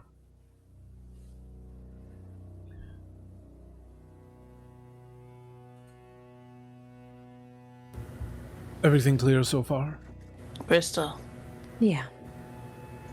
Can I have both of you make empathy and observation rolls? Okay, I'm good at that. Oddly I'm enough. questionable. I'm questionable. No way. I got 2 successes. I got 3 successes. The 666. Devil's luck, 666. Okay. So both of you are aware that she lied at some point. Okay. But with that's the devil's luck, I will tell you in addition that she is lying specifically about not being aware of who Lord Abernathy's guest was. She's gonna keep her cards close for now while interacting with her, because she can always be questioned later.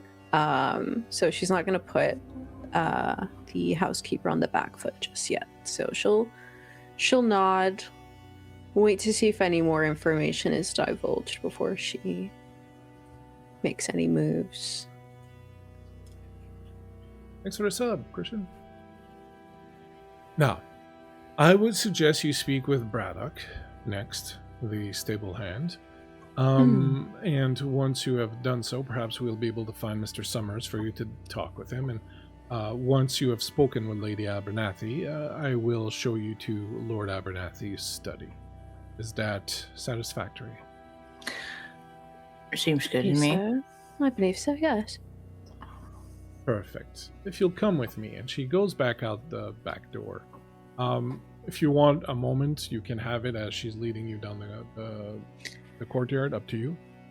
Yes, if you could just give us a moment, my dear, we will catch up with you very quickly. Of course. And the moment they are left alone, she looks at Claire and goes, "She's lying." Oh, yes. Yes. I'm glad that we both were able to pick up on that. She's full of shit. Yes, I believe she is protecting the reputation of whoever Lord Abernathy was seeing that eve. Or perhaps she was simply protecting the reputation of her lord. Or that of Lady Abernathy. Yes. Well, as long as we are on the same page. Let me explain something to you, Claire, before we go any too further into this house. I'm not a stupid woman. I'm aware. Good, I'm glad that we understand that. Did you think I thought you were? Well, you did ask me yesterday if I knew how to read. Oh, statistically speaking, not many that live in your end of the city do. Yeah, well, books aren't the only things I know how to read. She just continues on. Yeah, I'll just keep walking.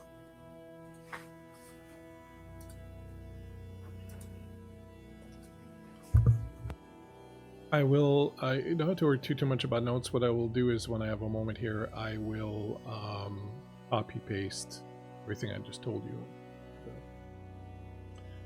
The spreadsheet so that you have access to it. She takes you through the courtyard and is waiting for you. Come along now, and heads towards the stable, where you see that old man that you saw earlier. And she goes, Mr. Braddock, these are the, she turns to look at you, and then detectives that Lady Rose told us about, here to inquire about the night that the incident. I myself must see to some chores. Perhaps you would spend a few moments answering these young ladies' questions. Lady Abernathy insists that we lend them all help that we can. And the old man reaches into his pocket, pulls out his pocket watch, looks at it and goes, "Oh, I'm sure I can do that. I'll bring them back towards the house once we're done." Thank you very much, Braddock. Ladies, and you don't know how, but she says it kind of differently to each of you when she says ladies. she kind of means it when she's talking to Claire, and then to Addie in the same word, in the same, she kind of like puts a little on it. Little stink on it, yeah. Oh, good. Well, good evening, ladies. My name is Braddock, Edwin Braddock. Employed here for a very long time in Lord Abernathy's service. He pulls a little bench and he kind of sits down. Ladies, don't mind if I light up a pipe whilst we speak. I've not had a break all day. I won't mind if I have a smoke then, Braddock. Oh, no, please. Be careful, though. There's a lot of hay around here. Don't fling it willy-nilly. All right, please put it out on the cobbles over there. Will do. Well, it's quite a grisly task that you have, investigating this particular set of circumstances. Yes, quite the set of circumstances indeed. Yes, I'm very saddened by the passing of Lord Abernathy. I'm no fool. I understand that he was not very well liked by the public, but he always treated me fairly. I was in his employ a long time, and he was always straight and honest with me and took good care of me. Well, how can I help you, ladies? You have a job to do. I don't mean to just be an old man whinging here. How can I assist you? Well, Mr. Braddock, you wouldn't mind me asking, were you here the night that Lord Abernathy was taken? Indeed I was. And did you remember anything? Oh, go ahead, sorry. Oh, no. And what were you doing?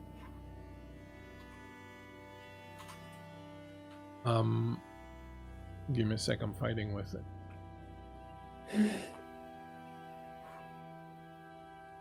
I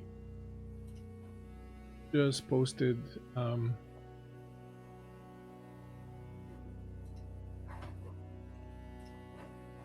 info. Right. I posted Landingham's info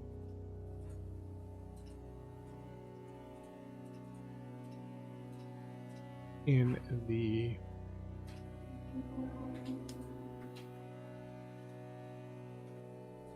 there you go. In the clues tab, so if you need to refer to it.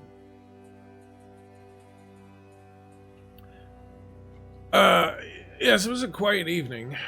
I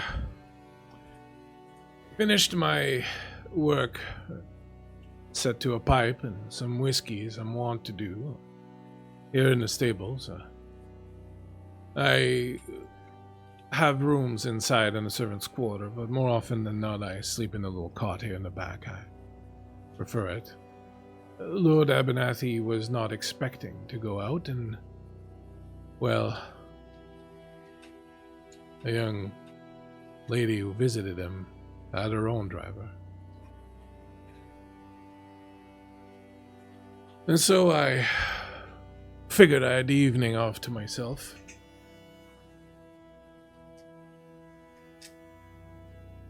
So yes, I was here.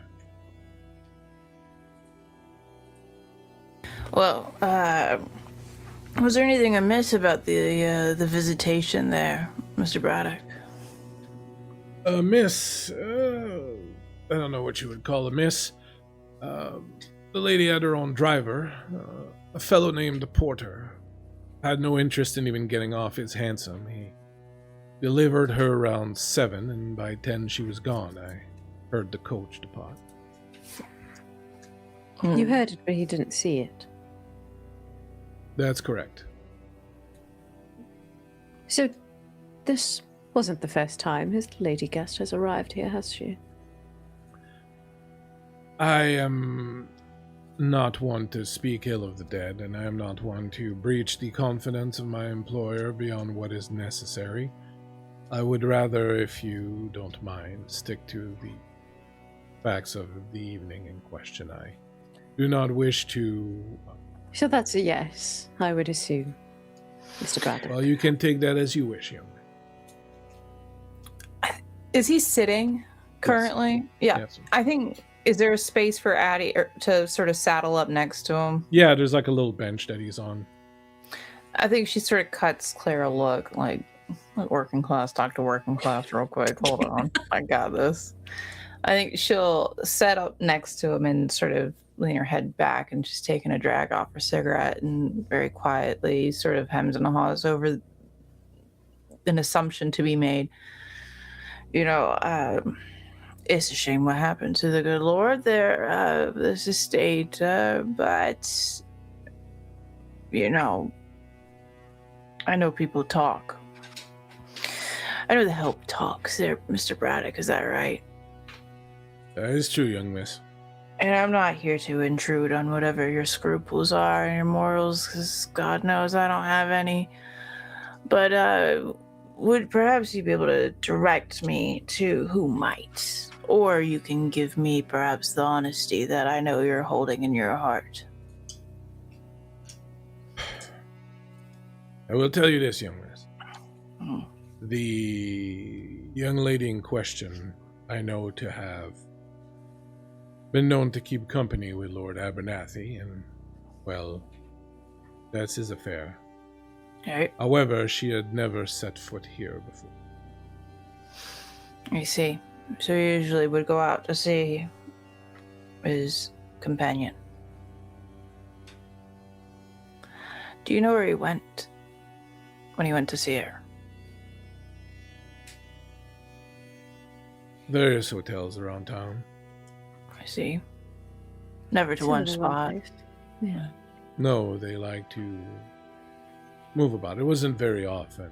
Perhaps once every few months. Social occasions, things of that nature. Hey, G Frog and B. G Frog and B, how you doing? Thanks for the love raid. frogs.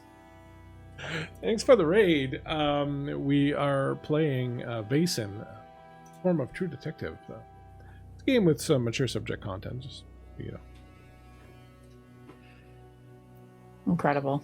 But yeah, so he says they like to move around, meant mostly during social occasion. Right. You didn't hear anything of a struggle at any point. During the evening? Right. No, I heard the coach depart around 10, as I said, and little after, at 11:20 sharp, I was roused from sleep by Sori, the scullery maid. Come to tell me Lord Abernathy desired his small coach ready. He came out dressed to the nine hells. I realized at that moment 'tweren't Lord Abernathy, but young Philip. I reckoned The we'd same be Eve. at... Sorry. Yes. The same. Yes. We were that told very Sorry was evening. given the evening off. I saw her come and give me the information. Interesting, very interesting, Claire. Thanks very much for bringing up that point. And then Philip was there, you said, and she's sort of cutting Claire a look. Yes. Young Philip, I reckon we'd be at it all night. Whenever he goes out, it always turns into something. And he takes to the town. It's usually time for daybreak chores by the time we return.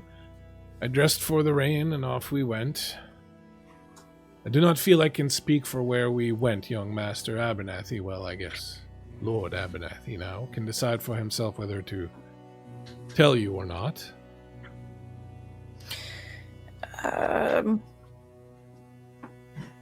Mr. Braddock, let me ask you this very much. Did you look inside of your hansom before you took off?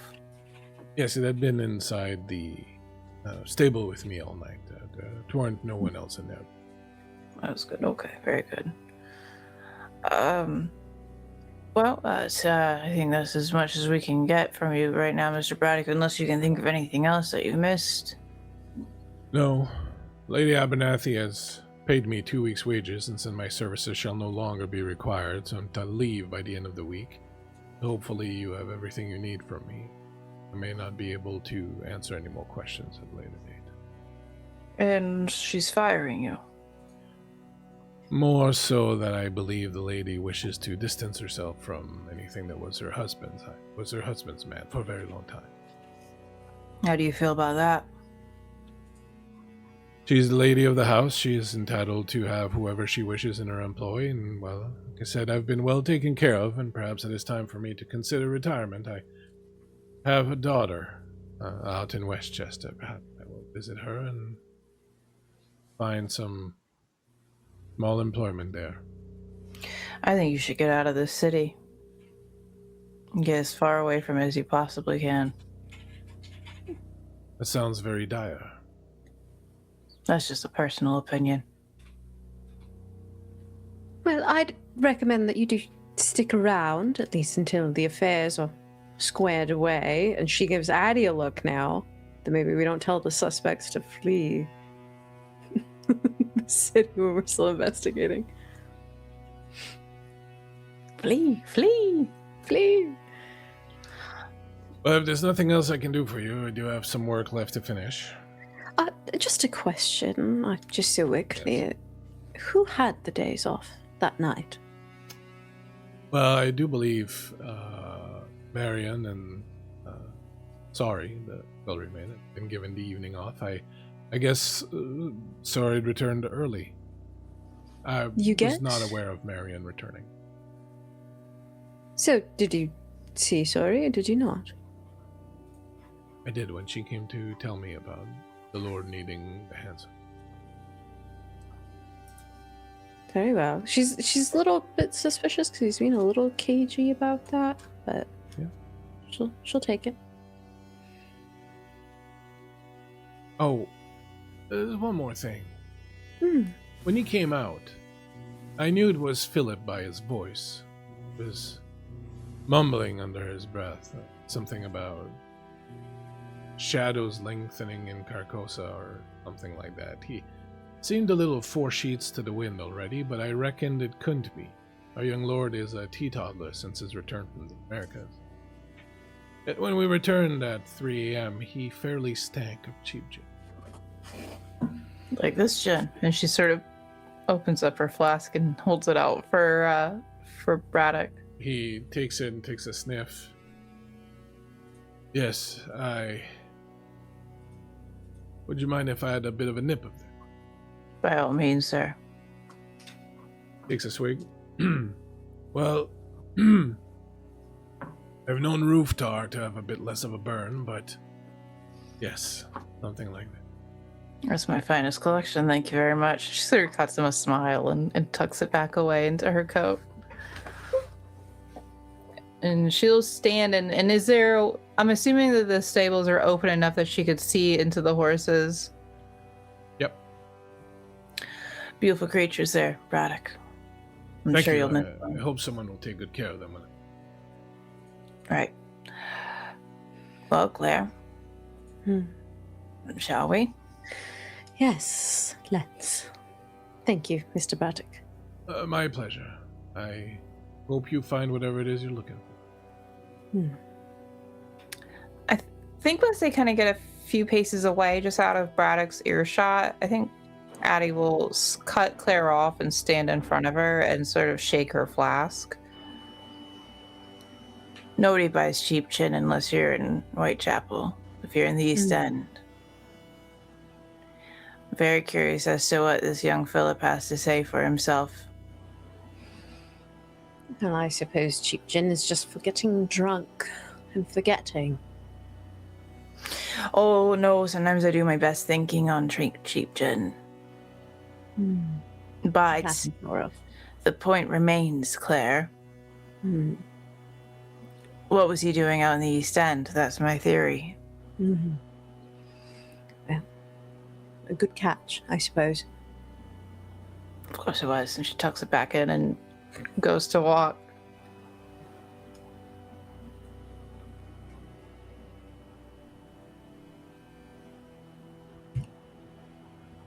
Sorry. How dare you? Ah, there you are. How dare my allergies.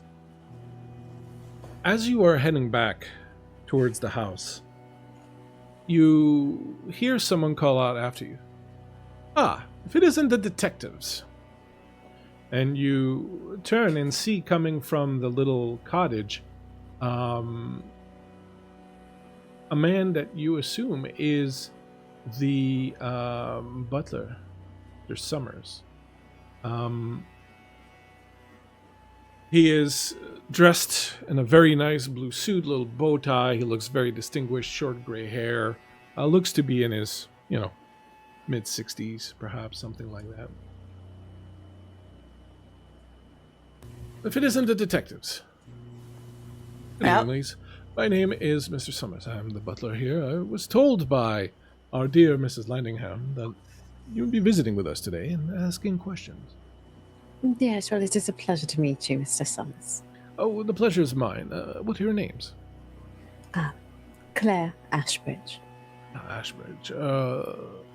Of the Ashbridges from Kent Gardens. Yes. Pleasure to meet you. I, long time ago, knew, well, I would assume would be your old man, perhaps. And you are? Addie Cook. Ah, of the cooks from the kitchen. A little humor for you. And Laugh. I Addie. don't get it. Can you explain the joke to me? perhaps. Oh, you're perhaps so funny, Addie. I am on my way to an engagement. However, since we have been asked to help you in your investigations, I thought I would come out ahead and meet you right now so that we could get this out of the way. How may I help you? Well, Mr. Summers, we would simply want a recollection of what you saw and heard that eve. Yes, tragic affair, tragic affair. Very, very. Well, I didn't see much. You see, I live in the cottage over there, as I'm sure you've either surmised or been told. Tuesday nights is my usual evening off. I take dinner at the pub on Orchard Road with some old friends, and then I return to my cottage via the park, which is what I did on that particular Tuesday night also. As with all Tuesdays, then, I sat up enjoying a little bit of port and reading. That was it? Yes. So you had the eve off that Yeah. eve, and Yes, you didn't that's hear pretty- anything, didn't see anyone? No, the peeking out from cottage the window? is quite isolated from the house. There's nothing going on outside. I was reading Andrew Lang, his new collection, Poems, Grass of Oh. Parnassus. I highly recommend it. It's lights out and in bed by 9 or 9:30, as is my habit. A quiet night.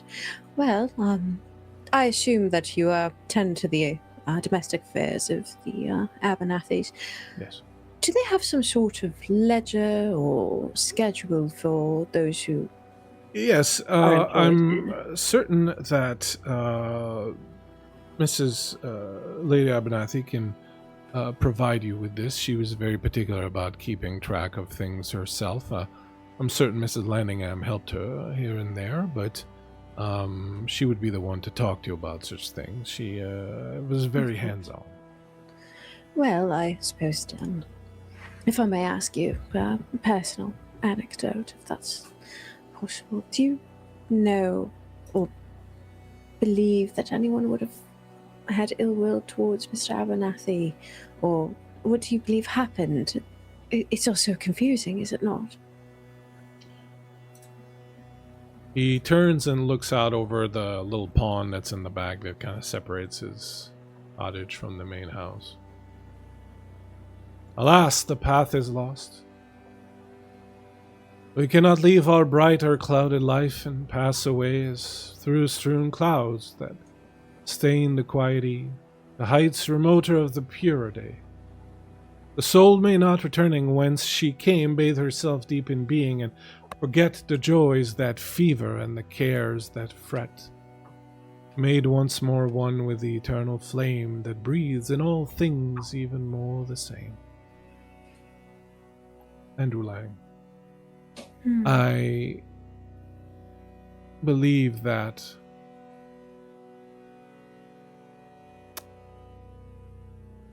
we are but gifted one very short life, and it is for the most part beset with toil. I believe that we should be responsible for seeking whatever enjoyment we can in it and take whatever pleasures we might out of it. For once we are gone and our soul has traveled back from whence it came, as in Andrew Lang's words, there is not much left. And we ought better remember the good times than the trials. And we ought not speak ill of the dead. But you see, there are those that yet live, and I would never involve myself in conspiracies or idle gossip, my dear Mr. Summers, but you must understand that we do not ask these questions in vain. We must know. There's one thing I am certain of. Miss Ashbury. Is that sometimes knowing is a stain, and there are certain things we learn that hurt us more than ignorance of them ever will. You are aware of my reputation, are you not, Mr. Summers? Of course. And I believe you are preaching to the choir, my dear. I would not interfere if I needn't have to. Please. And there's like a look of shame on her. I think the first little crack that Addie's even seen under this whole dignified, polished mask of hers. Patty tucks that away. He reaches out and he takes your hand in his and he puts his hand over yours and goes,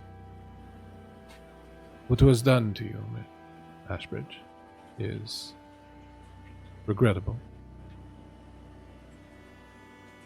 It is the byproduct of the society we live in, a society where certain people will get to make the rules and the others only have the choice of abiding by them or breaking them. I would counsel you,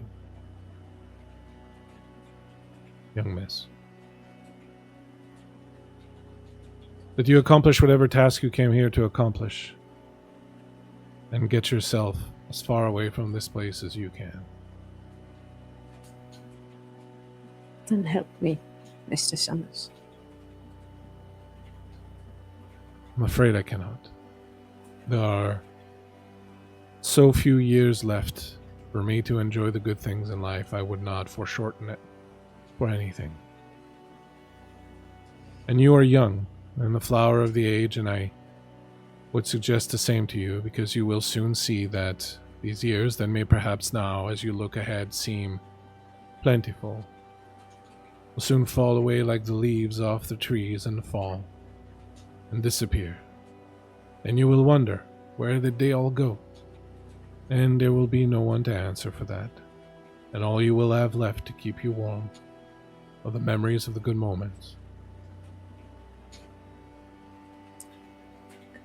There's something that kind of shifts in Claire's demeanor now. It's a flash of anger, disdain, and she'll keep, their hands together, and she'll lay one over top of his now, squeezing a bit tighter. Are you aware of what happens to those who obstruct in royal business?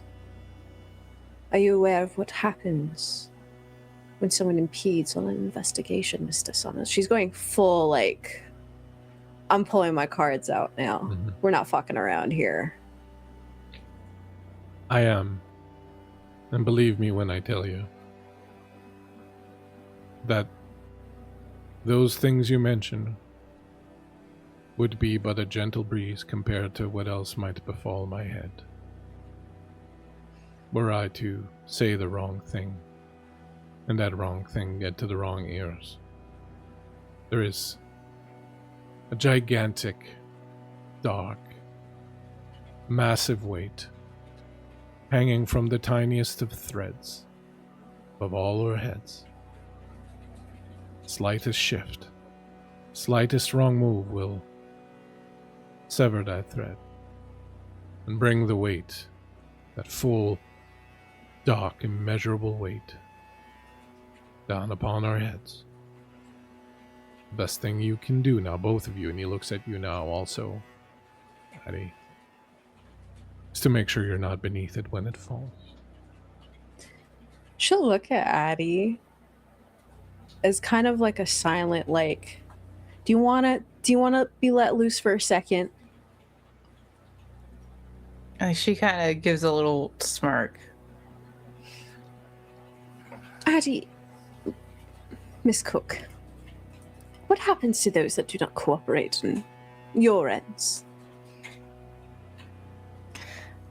I think Addie steps in real close next to Claire. She is making a silent alliance now with Claire.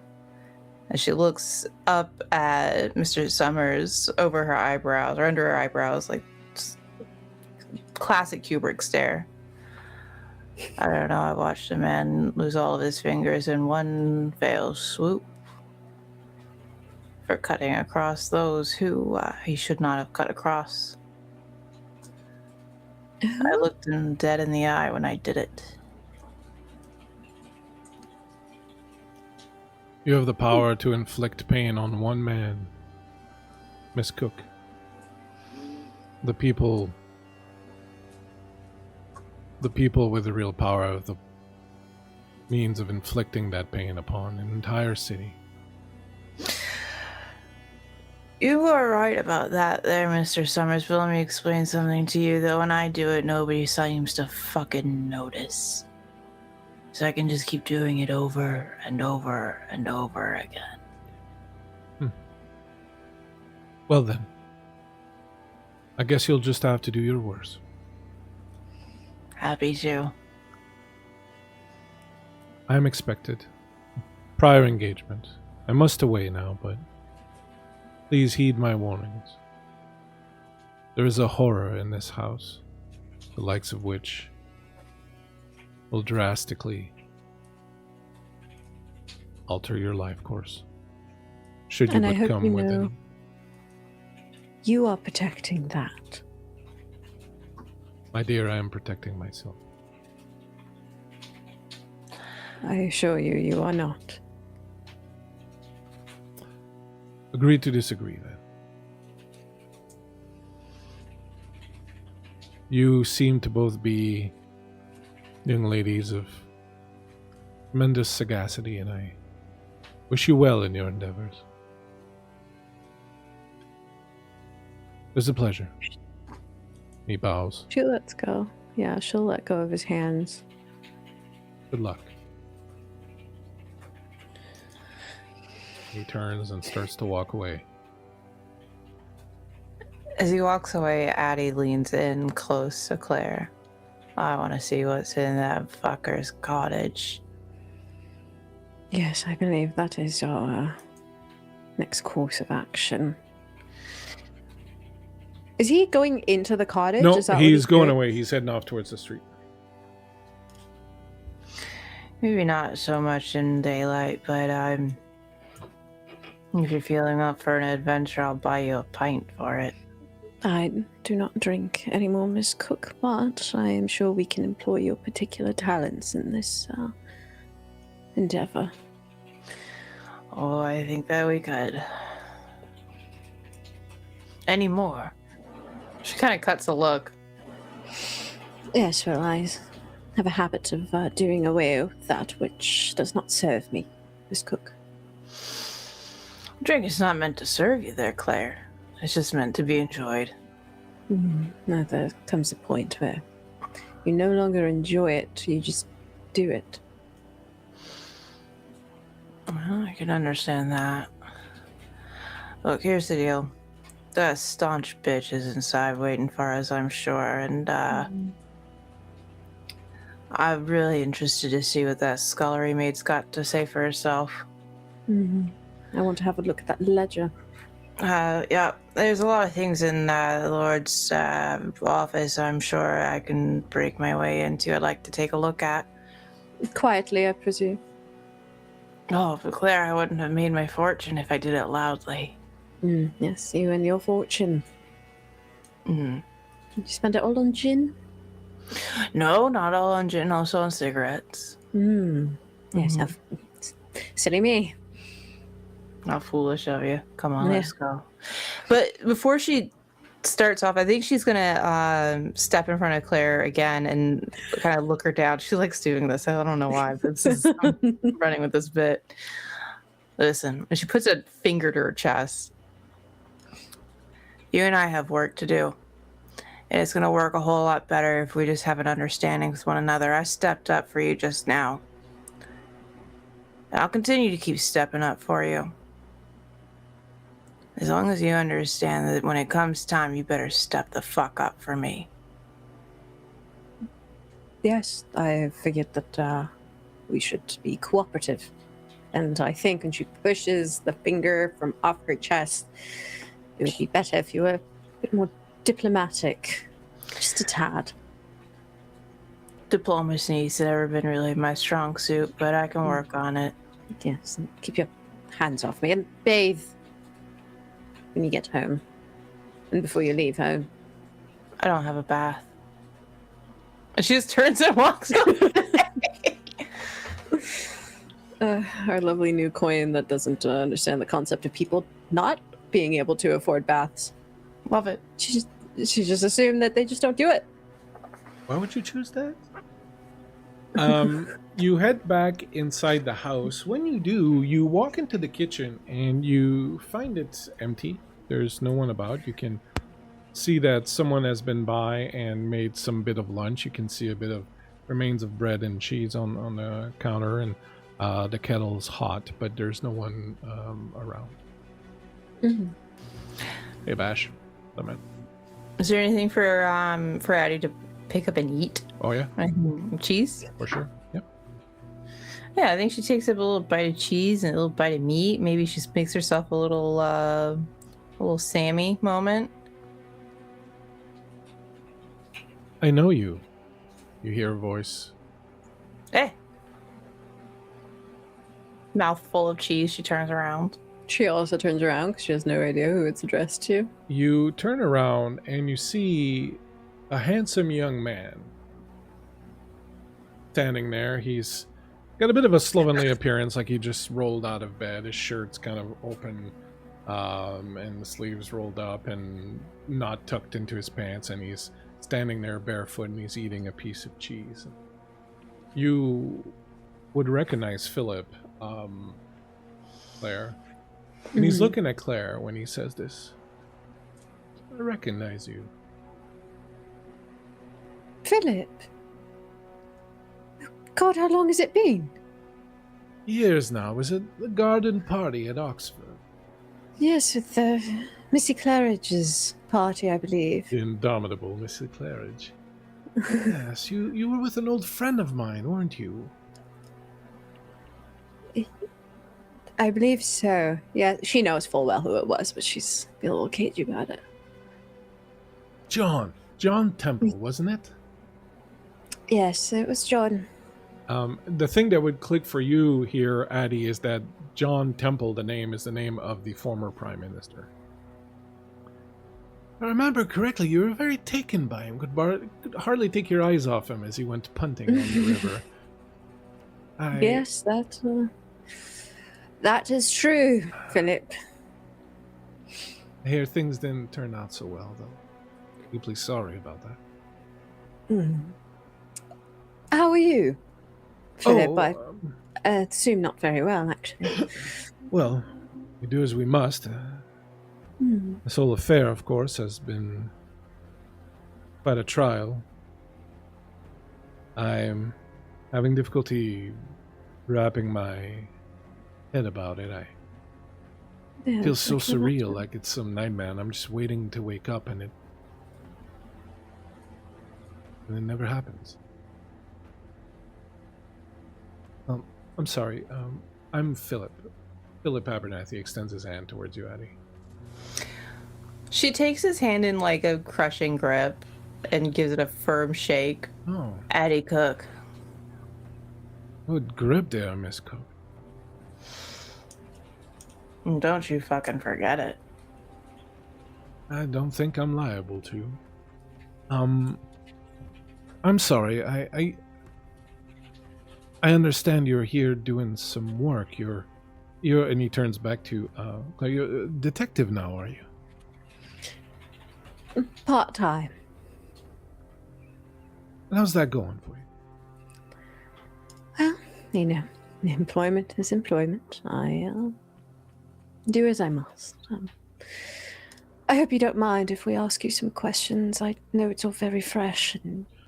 Oh, no, please. I'm sorry I'm such a mess. No, you're fine. Thank you. You're very kind to say so. It is a pleasure to see you again, Claire. Likewise, Philip. But please, don't let me interrupt your business. You have questions to ask. Please. He sits down and he reaches and grabs the teapot and pours himself some tea. If it is not too painful for you, do you wish to go over the events of the night? I not wish to, but suppose I must. I waited until I thought my father was asleep. He doesn't like me commandeering his hansom in case he goes somewhere on business.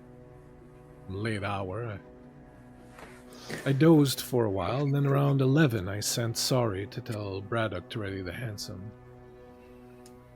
Soon after I stepped out, went to visit some friends across the bridge on Lambeth Road. We visited a few gin mills, but mostly spent some time drinking in Lambeth Park, and watching the stars. I was home late, I think 2 or 3. House was quiet. I did see some lights on in Mr. Summers' cottage, which was odd. He's normally lights out by 9. I was a bit drunk, and so didn't think too much of it. It's not up to me to tell an old man when to go to bed. I also did run into Marion in the kitchen. She was trying to sneak in, I believe, having just come home also. I'd gone to get some water to drink, and she seemed flush, embarrassed, but I simply wished her good night and turned in. My head was already starting to sound like an entire 17-piece band was playing in it. Woke up the next day to the sounds of screaming and the horror of the discovery.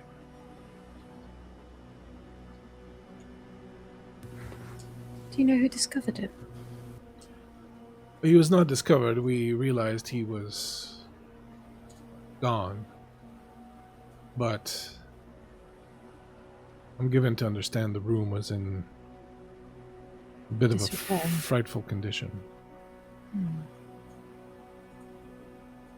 And who was it that alerted the house? I believe it was my mother who came home from visiting her cousins in the country, and no one else but the 2 of them was allowed in the bedroom. Found the bedroom in a state, and, well, it wasn't very long after that the men from Scotland Yard came to tell us what they had discovered, the grisly nature of it. My condolences, Philip. Thank you. Appreciate that. Unfortunately, that's all I really remember. As I said, I was rather drunk. Not like me to do so. I stopped drinking in the Americas, but, well, you come back after a long while away and you run into some old friend. Well, old habits return. With gin. A lot of gin. A little bit of whiskey also, but gin is what does the trick. Can I get a read on him? Can I get like a sense on if he's being fully truthful or not? Absolutely, you can go ahead and give me a empathy and observation. Okay. I got 1 success.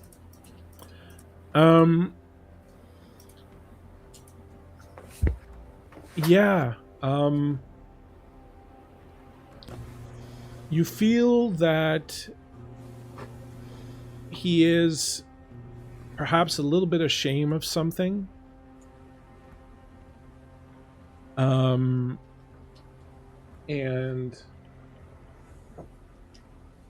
it might be tied to either what he was doing that night or what happened to his father, etc., etc. But you don't really get a sense that he's out and out lying to you about anything. You're in Lambeth Park.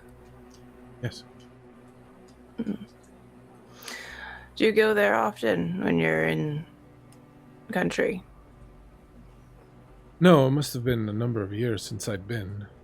We just happened to be in the area. I see. When you called for the hansom cab, did you have anywhere in particular that you wanted to go?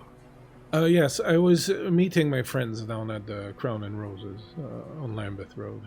Lambeth Road, right, I see. Do you get cheap gin there? No, it's a rather... well...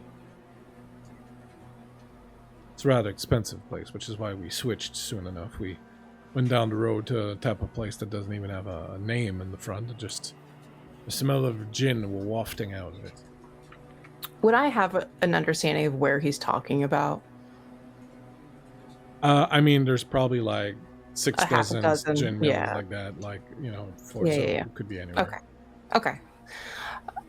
Well, that's quite the shame there, Philip, on your father's discovery. And I'm sure you were quite shocked, but you said nobody goes into that room other than, I'm assuming, your housekeepers.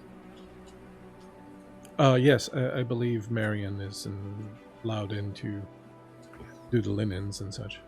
I see. Interesting. Well, she looks over at Claire. That's all that Addie can really pull from him. She doesn't know this world that he gallivants through. Who did you meet up with that night?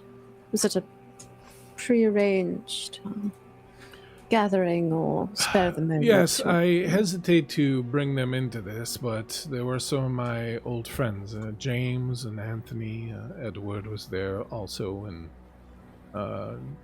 Charlie. I could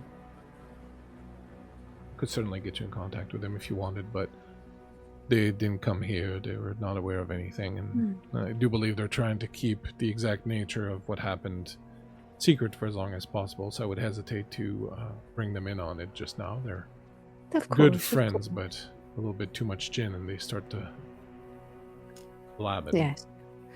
Yes, and discretion in these sort of matters is key, is it not, Philip?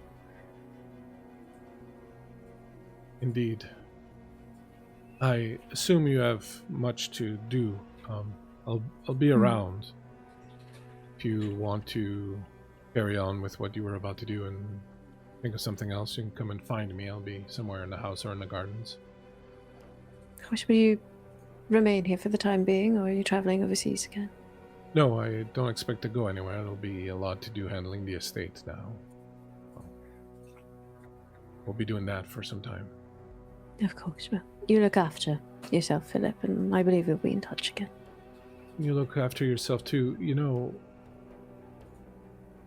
know why I remembered you so well? There. I thought I had one of those faces. I suppose not. You do have a wonderful face, but it was something else. When you were with John, you would look at him with eyes that were filled with more hope and laughter and joy than I've ever seen in anybody else's eyes. And I remembered those eyes for a very long time afterwards. Even after what happened, I wondered what happened would be enough to, well, rob those wonderful eyes of what I'd seen in them. Yes, well, I'm sure you can take that up with John, my dear. Now, Addie, let us keep going. All right. You step away as he pours himself more tea. watch as you go. You find yourself at the bottom of the stairs leading up to the second floor rooms and offices and such. Again, you don't see anybody else around the house. You can hear someone in the distance maybe doing something, but you're currently alone.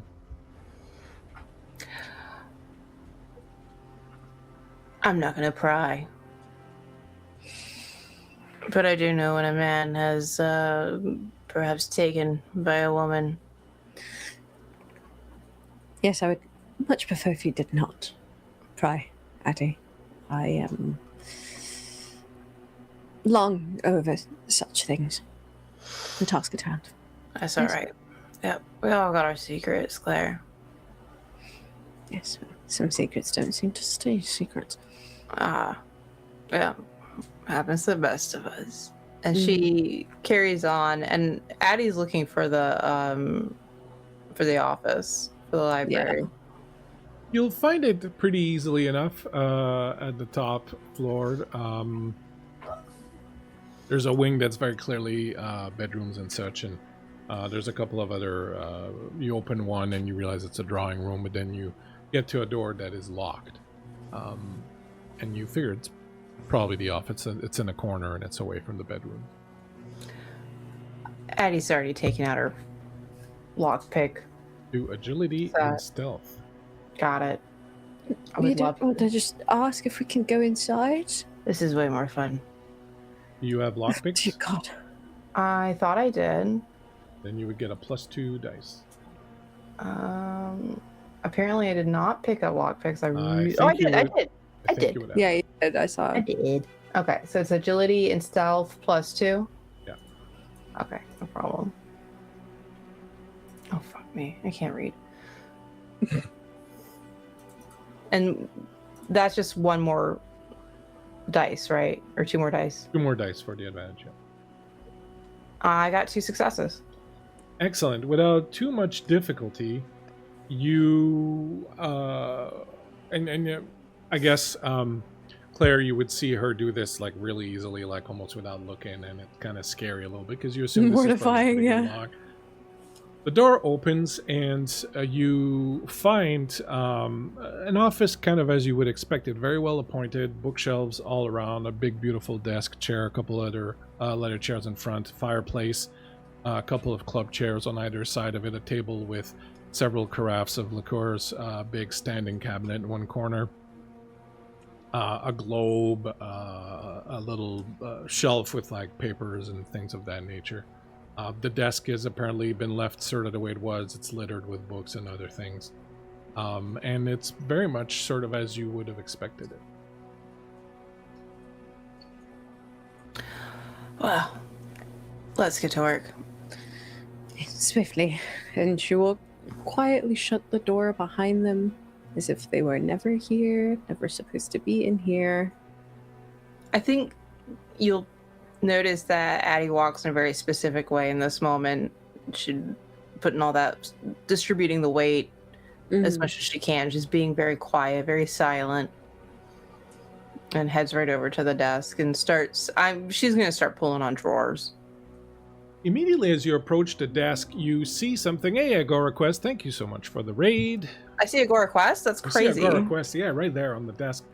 Thank you, Agora Quest. We're playing Vason in the form of a true detective story set in London, 1888.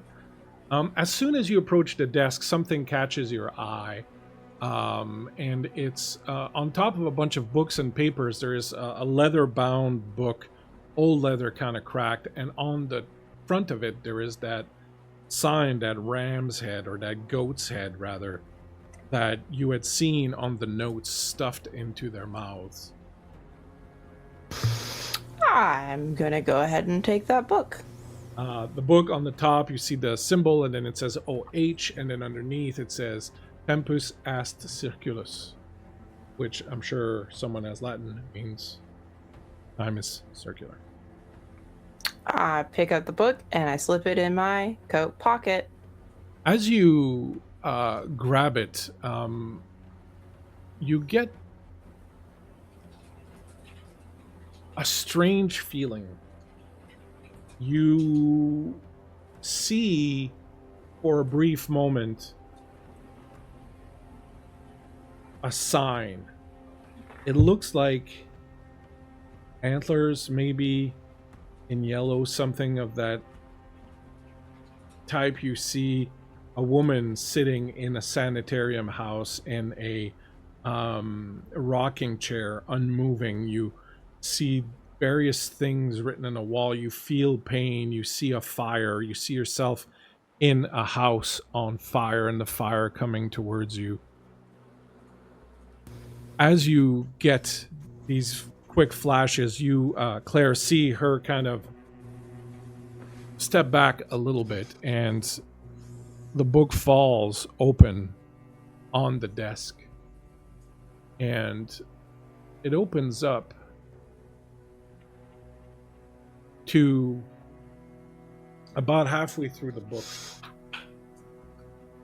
On the left-hand side is an image of a skull with antlers and a spiral, all of them done in yellow.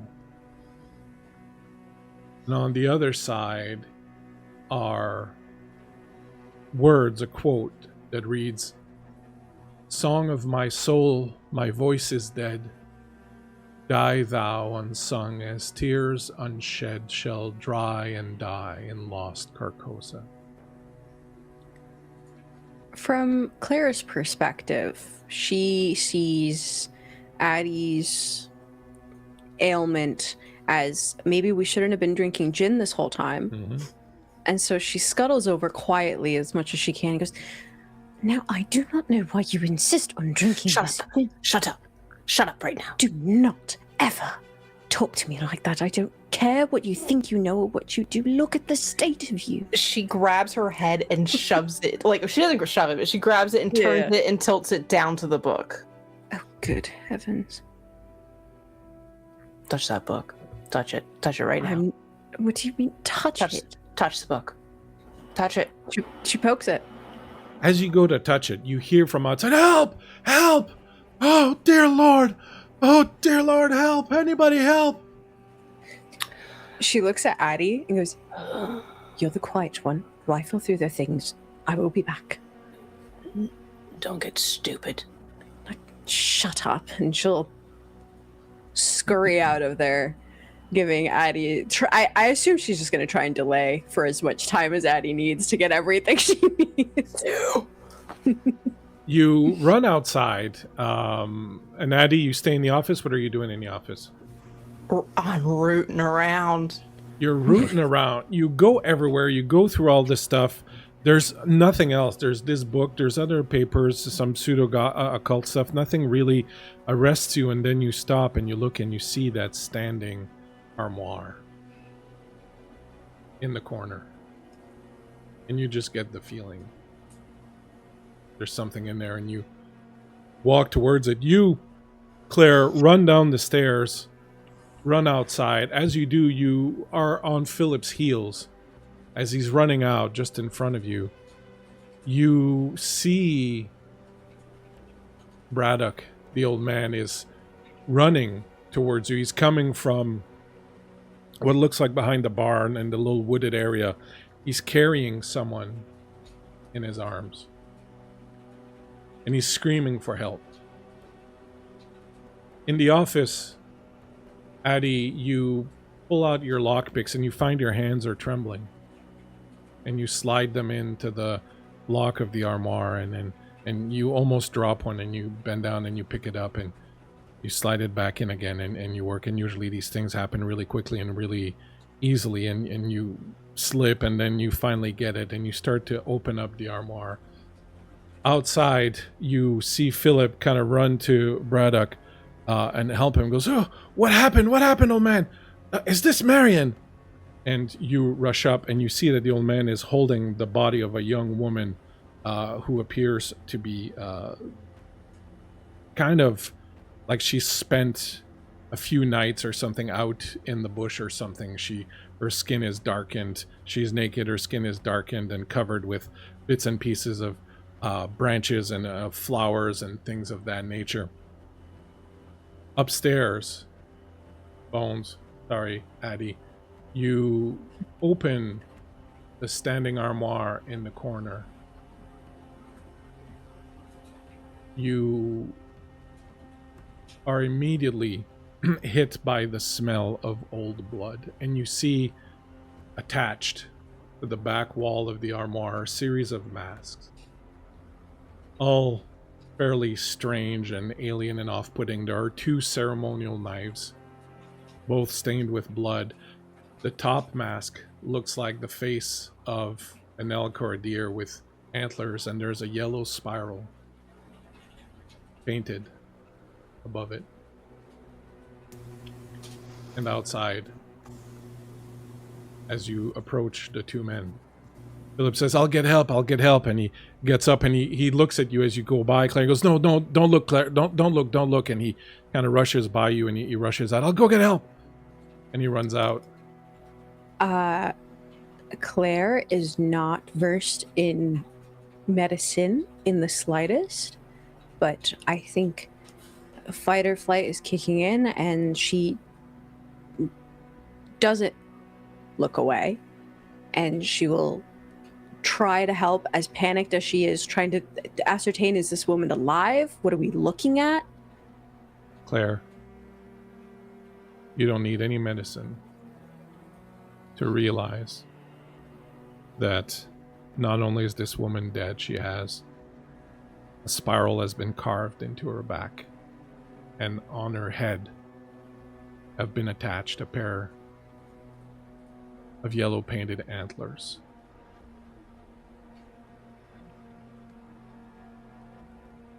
That, my friends, is where we are going to end. You son of a bitch. You son of a bitch. Bleak, you bastard. We'll go through this again. Time is a flat circle. Mm-hmm. So is the Earth. That's a joke. I promise everyone I don't believe that the Earth is flat. No, she was there. That's what she told me in private right before the session started. She does. She held up a CD and she said, this is my map of Earth. Yeah. Who has a CD? I do. Old. Just kidding. That's also a joke. I have CDs. Thank you so much.